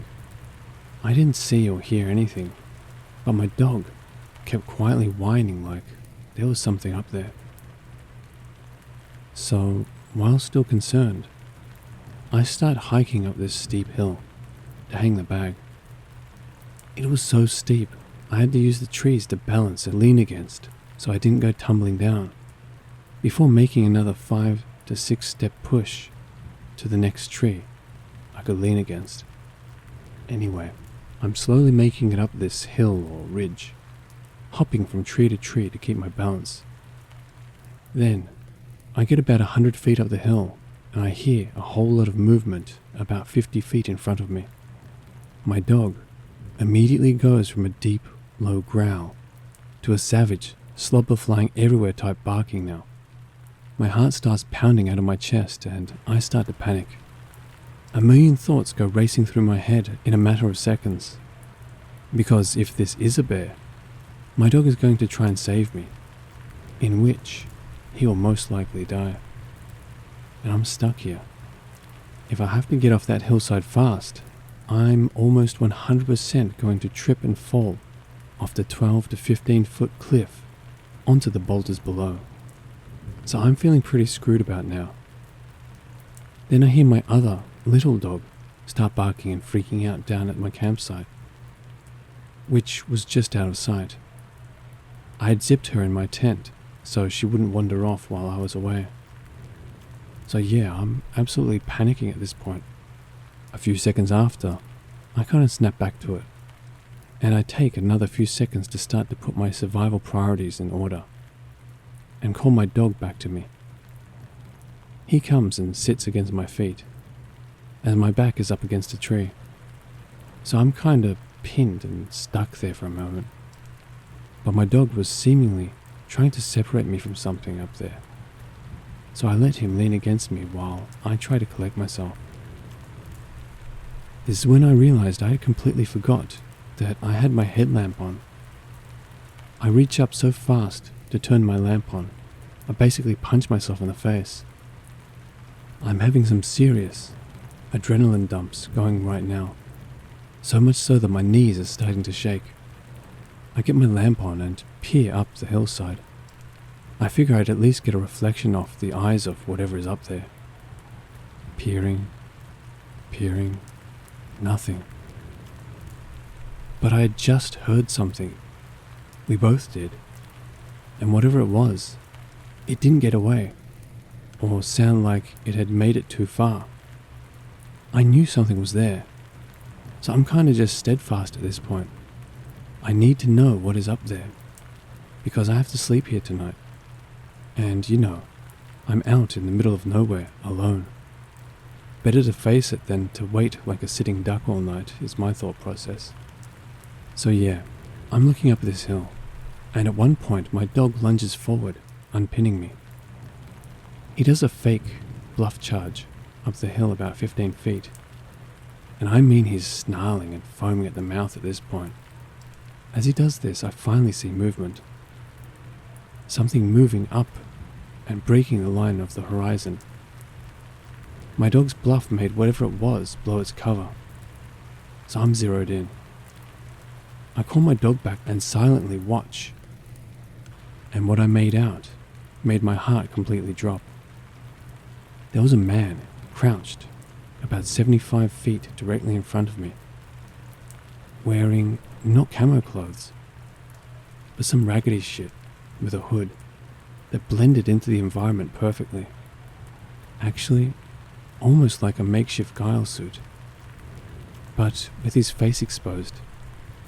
I couldn't see his eyes, and his face was covered in dirt or something, but I knew we were staring right at each other at that moment. So I stare for what seems like minutes. No words. I felt like I was trying to subconsciously convey that I was going to stand my ground. I wanted him to know that I saw him, but I guess I was just too shaken to speak. As I'm staring, my little dog back at the campsite started to bark her head off again, like she was scared. And I also had to get off that hill before total dark, or I could be seriously hurt, even risk dying trying to get back down. So carefully, I start heading down the hill with my dog, who doesn't want to leave but listens. Periodically, I would stop with my back against a tree holding me up and look in that direction again, just to make it even more clear that I saw him. I eventually made it down to the boulders at the bottom. By the time I finally jumped down and hit the boulders, my little dog had stopped barking. I could only see the top of my tent from the bottom of the boulders. I thought she was barking just to bark. Dachshunds do that. Or just barking back at my dog. But when I get there, my little dog had somehow got out of the tent and was walking around the camp growling, with her tail sticking straight out. Still trying to hold it together, I thought, okay, maybe she just got her nose between the zippers and worked her way out. But I was positive I had zipped it so the zipper tab and the openings were at the very top of the tent door, out of reach. So in a mixture of being terrified, pissed off, and the feeling of needing to do something, I reached into my day bag and pulled out my gun. I fire a single shot into the air as the sun was setting, climb into my tent without eating, and lay with my gun next to me until first light. As soon as the sun came up, I was packing up my shit and leaving, heading back down the mountain. It sucks. It was all downhill back, but I still couldn't cover the ground to get back to my car in one day. It was dark by the time I made it to the last camp, about 4 miles from my vehicle. Thankfully, there were other people there. We sat around a fire they made, and I felt pretty relieved and safe. They start to tell me they are planning to head up the way that I was the night before, in the morning. So I tell them the story in detail. Needless to say, we were both walking back to our cars in the morning. Screw all that. The thing that still creeps me out to this day, though, is when I got home and started reading reviews of the same hike I was on. Other people had similar experiences to mine as well. Even a man found dead from a fall around the same boulder range 2 years ago, and a woman found murdered last year.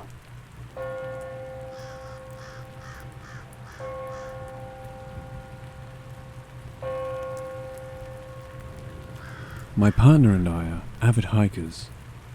Last July we went on a trip and decided to camp at this spot we love, just west of Shenandoah. It's quiet, off the beaten path, and offers absolutely spectacular views of both Shenandoah and portions of the George Washington National Forest to the west.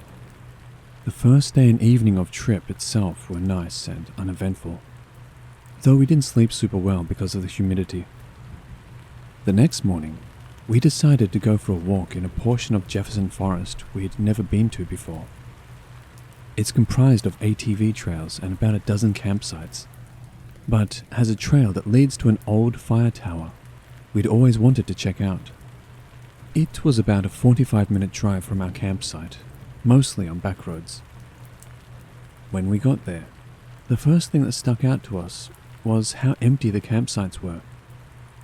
We actually didn't camp there the night before because we'd heard that the site is usually packed, and we knew we wouldn't arrive early enough in the weekend to get a spot. There were only 2 spots taken. In one was a desiccated tent and a bunch of garbage. It looked like someone had been there for a while, but it was deserted when we arrived. In the other was a young woman, I'm guessing in her late teens, setting up a small backpacking tent. There was a truck and one other smaller car in the parking area. We parked and started getting our gear together, and the woman approached us to ask if we knew where the trailhead was. I told her that we'd read that it branches off about 100 yards into one of the ATV tracks, but we weren't 100% sure which.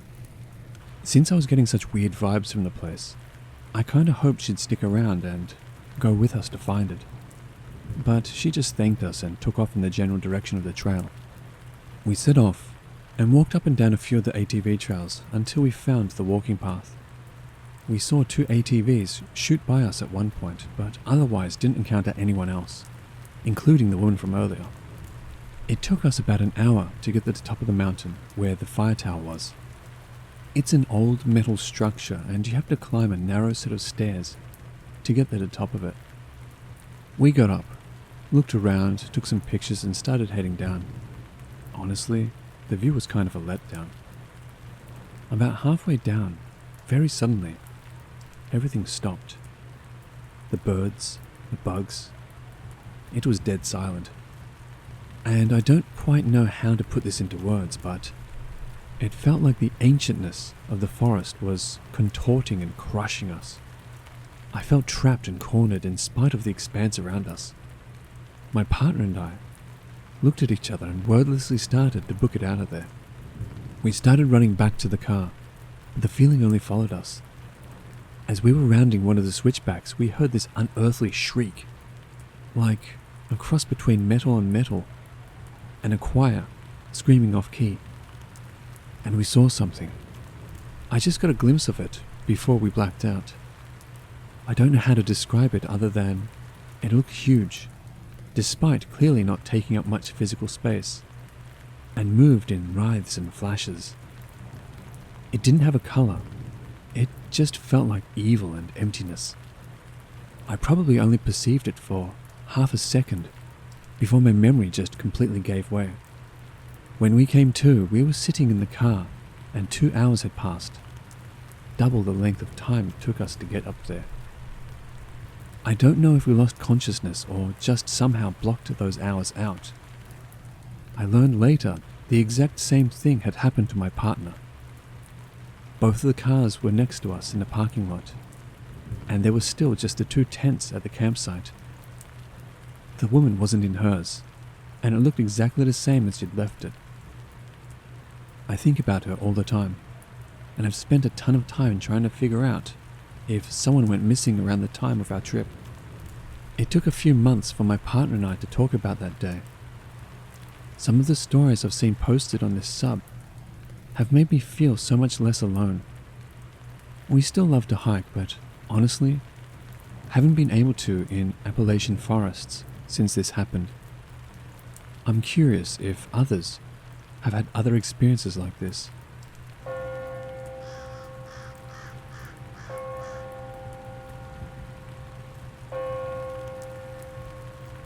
This story takes place in May 2016. I went camping with my boyfriend at the time, who we will call D, and another couple who I was friends with. We decided to drive down to a place called Point Lookout State Park, located at the southernmost point of Maryland. It was a rather large campground with 3 separate loops of campsites.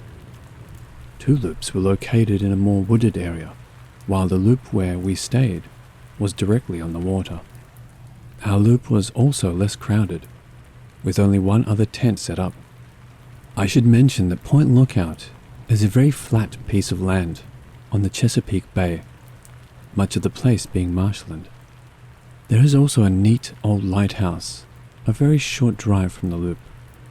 Anyway, I didn't look up anything about the area before going. I was just happy to have a little vacation, as I was going through a hard time in my life. We pitched camp at the most perfect spot on the loop. It was directly on the water, but far enough from the road to not be seen by other people, with a curtain of tall grass guarding the view from anyone else. Basically the perfect spot to drink and smoke weed without being bothered. This was actually my first time camping, and Dee wasn't very into it either, so we pitched a pretty pathetic loose tent. But it didn't matter since we were barely in the tent, except to sleep. We walked around and checked out the area for a bit, walking through the camping loops and along the shoreline. The whole area just gave me a slightly weird feeling that I can't describe, like a solemn silence that is also very heavy, if that makes sense. At one point, I broke off from the group to use the bathroom facility. As I was walking along the trail, I saw a large, I mean huge terrapin tortoise walking across the path directly in front of me. As it walked, it kind of made eye contact with me and didn't break it. It wasn't a terribly strange experience, but again, it just felt off. When I came out of the bathroom, the tortoise was gone, even though it was walking extremely slow. The first night was uneventful besides the extreme wind that blew through the park. As I said, the park is located right on the bay on very flat land, so it's a frequent experience. Unfortunately, since I pitched the most mediocre and loose tent, It blew around all night and felt like it was going to lift from the ground and take us with it. Needless to say, I did not get much sleep that night.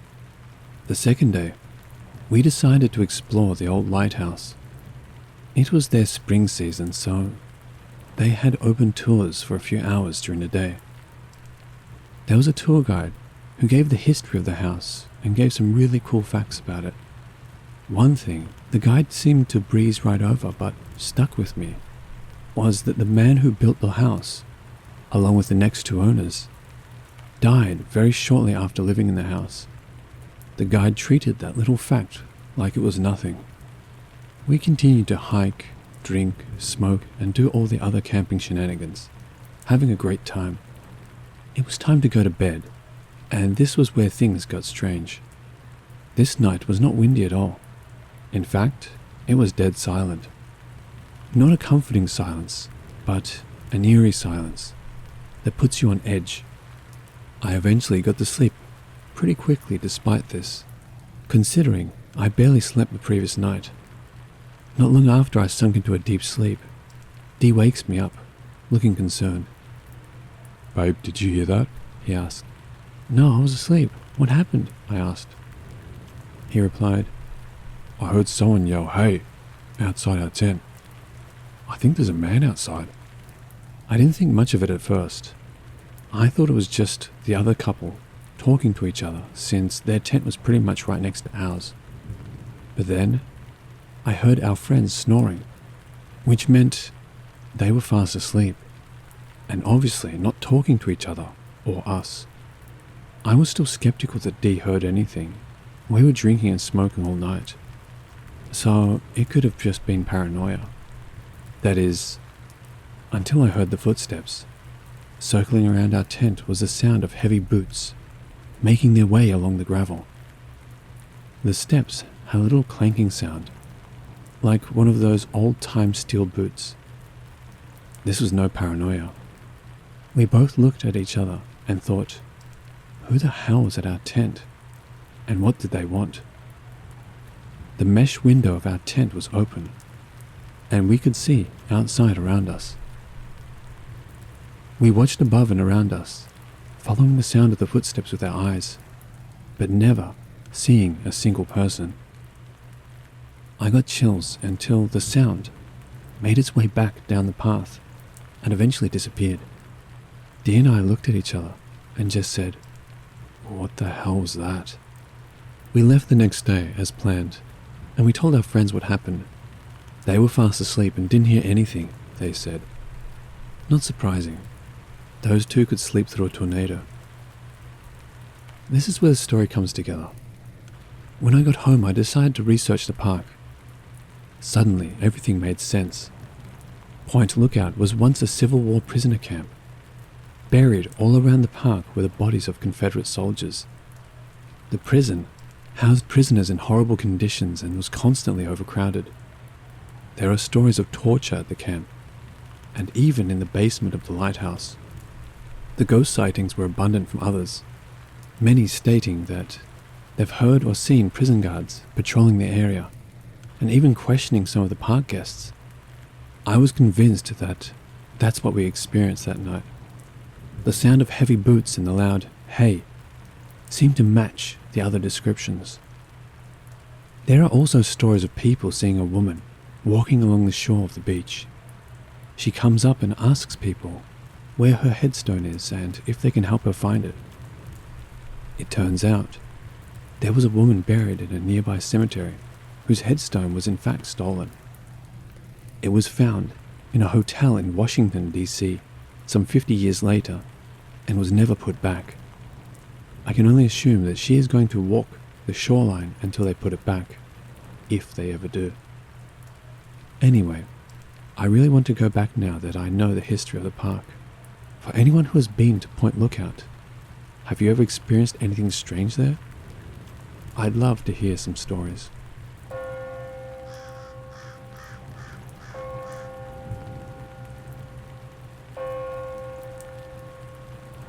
This happened almost 2 years ago. I had decided to go hiking with my son, 8 months old at the time, and my dog Henry, an Irish wolfhound and Rottweiler mix. My husband was going fishing with a mutual friend at a state park nearby. I decided to go hike one of the more remote trails in a different part of the park and meet them later. I drove to a wooded trail about 10 minutes from where my husband was fishing. It was an early spring day, still chilly but tolerable with the sun shining. I parked the car and got my son ready. He was smiling and laughing. I would wear him in a forward-facing hiking sling in the front of me at the time. Henry was sniffing around and whining excitedly, as if to say, "Let's go." We started off on the hike, and it was a really beautiful, peaceful trail. Towering trees mixed with pine. A crystal clear creek wove its way through the trail at points, and we would periodically stop and play. About an hour and a half into the hike, we had gone 2.5 or 3 miles and rounded a narrow bend in the trail when we nearly collided with a gentleman in his late 40s or early 50s. Henry was snarling and lunging for the man before I even completely registered what was going on. I quickly backed up and pulled Henry back as best I could. My bumps were goosed at this point. Henry would not calm down. This was very unusual behavior for him, but not if he was trying to protect us. Trying to talk over Henry, I loudly said, "I'm sorry, Henry is just very protective of my son. If you move off to the side, we can pass you." My son was very quiet during this entire exchange, which I found a bit odd. The guy was staring very intently at my son. He then laughed slightly and said, "Oh, he should be. It's a good thing he's with you." Then he motioned to something around his neck and said, "I'm just out here taking some pictures. It's a hobby of mine." Except he wasn't wearing any kind of a camera around his neck or anywhere that I could see. I politely asked him again to step aside so that we could pass. At this point, Henry was sitting down but growling still. Henry would not take his eyes off the guy. I have no doubt that Henry would have eviscerated this man if he had tried anything. I'm positive this guy felt that. The guy looked at Henry for a few seconds, then at my son again. He took a few steps off trail so there was room to get by, and so that Henry couldn't reach him when we went by. As I warily walked by him, he was like 10 feet to my left at this point. He muttered something about how he used to be able to see his kids. I kept looking back as we walked away to make sure he wasn't turning around to walk our way. He did continue to stare after us for several minutes though, until I could no longer see him. We kept hiking and eventually came to an opening point where cars could park. There was no one there, and luckily I still had cell phone reception. I called my husband. He and his friend came to pick us up right away, and they took us back to my car. There was no sign of that guy we encountered. We went home after that. Henry has since passed away, and I'm so sad that my son doesn't get to grow up with him. He was really the best dog ever. I know everyone says that about their own dog, but he really was. So thanks, Henry, for being gentle yet fierce. And to the photographer in the woods, let's not meet ever again.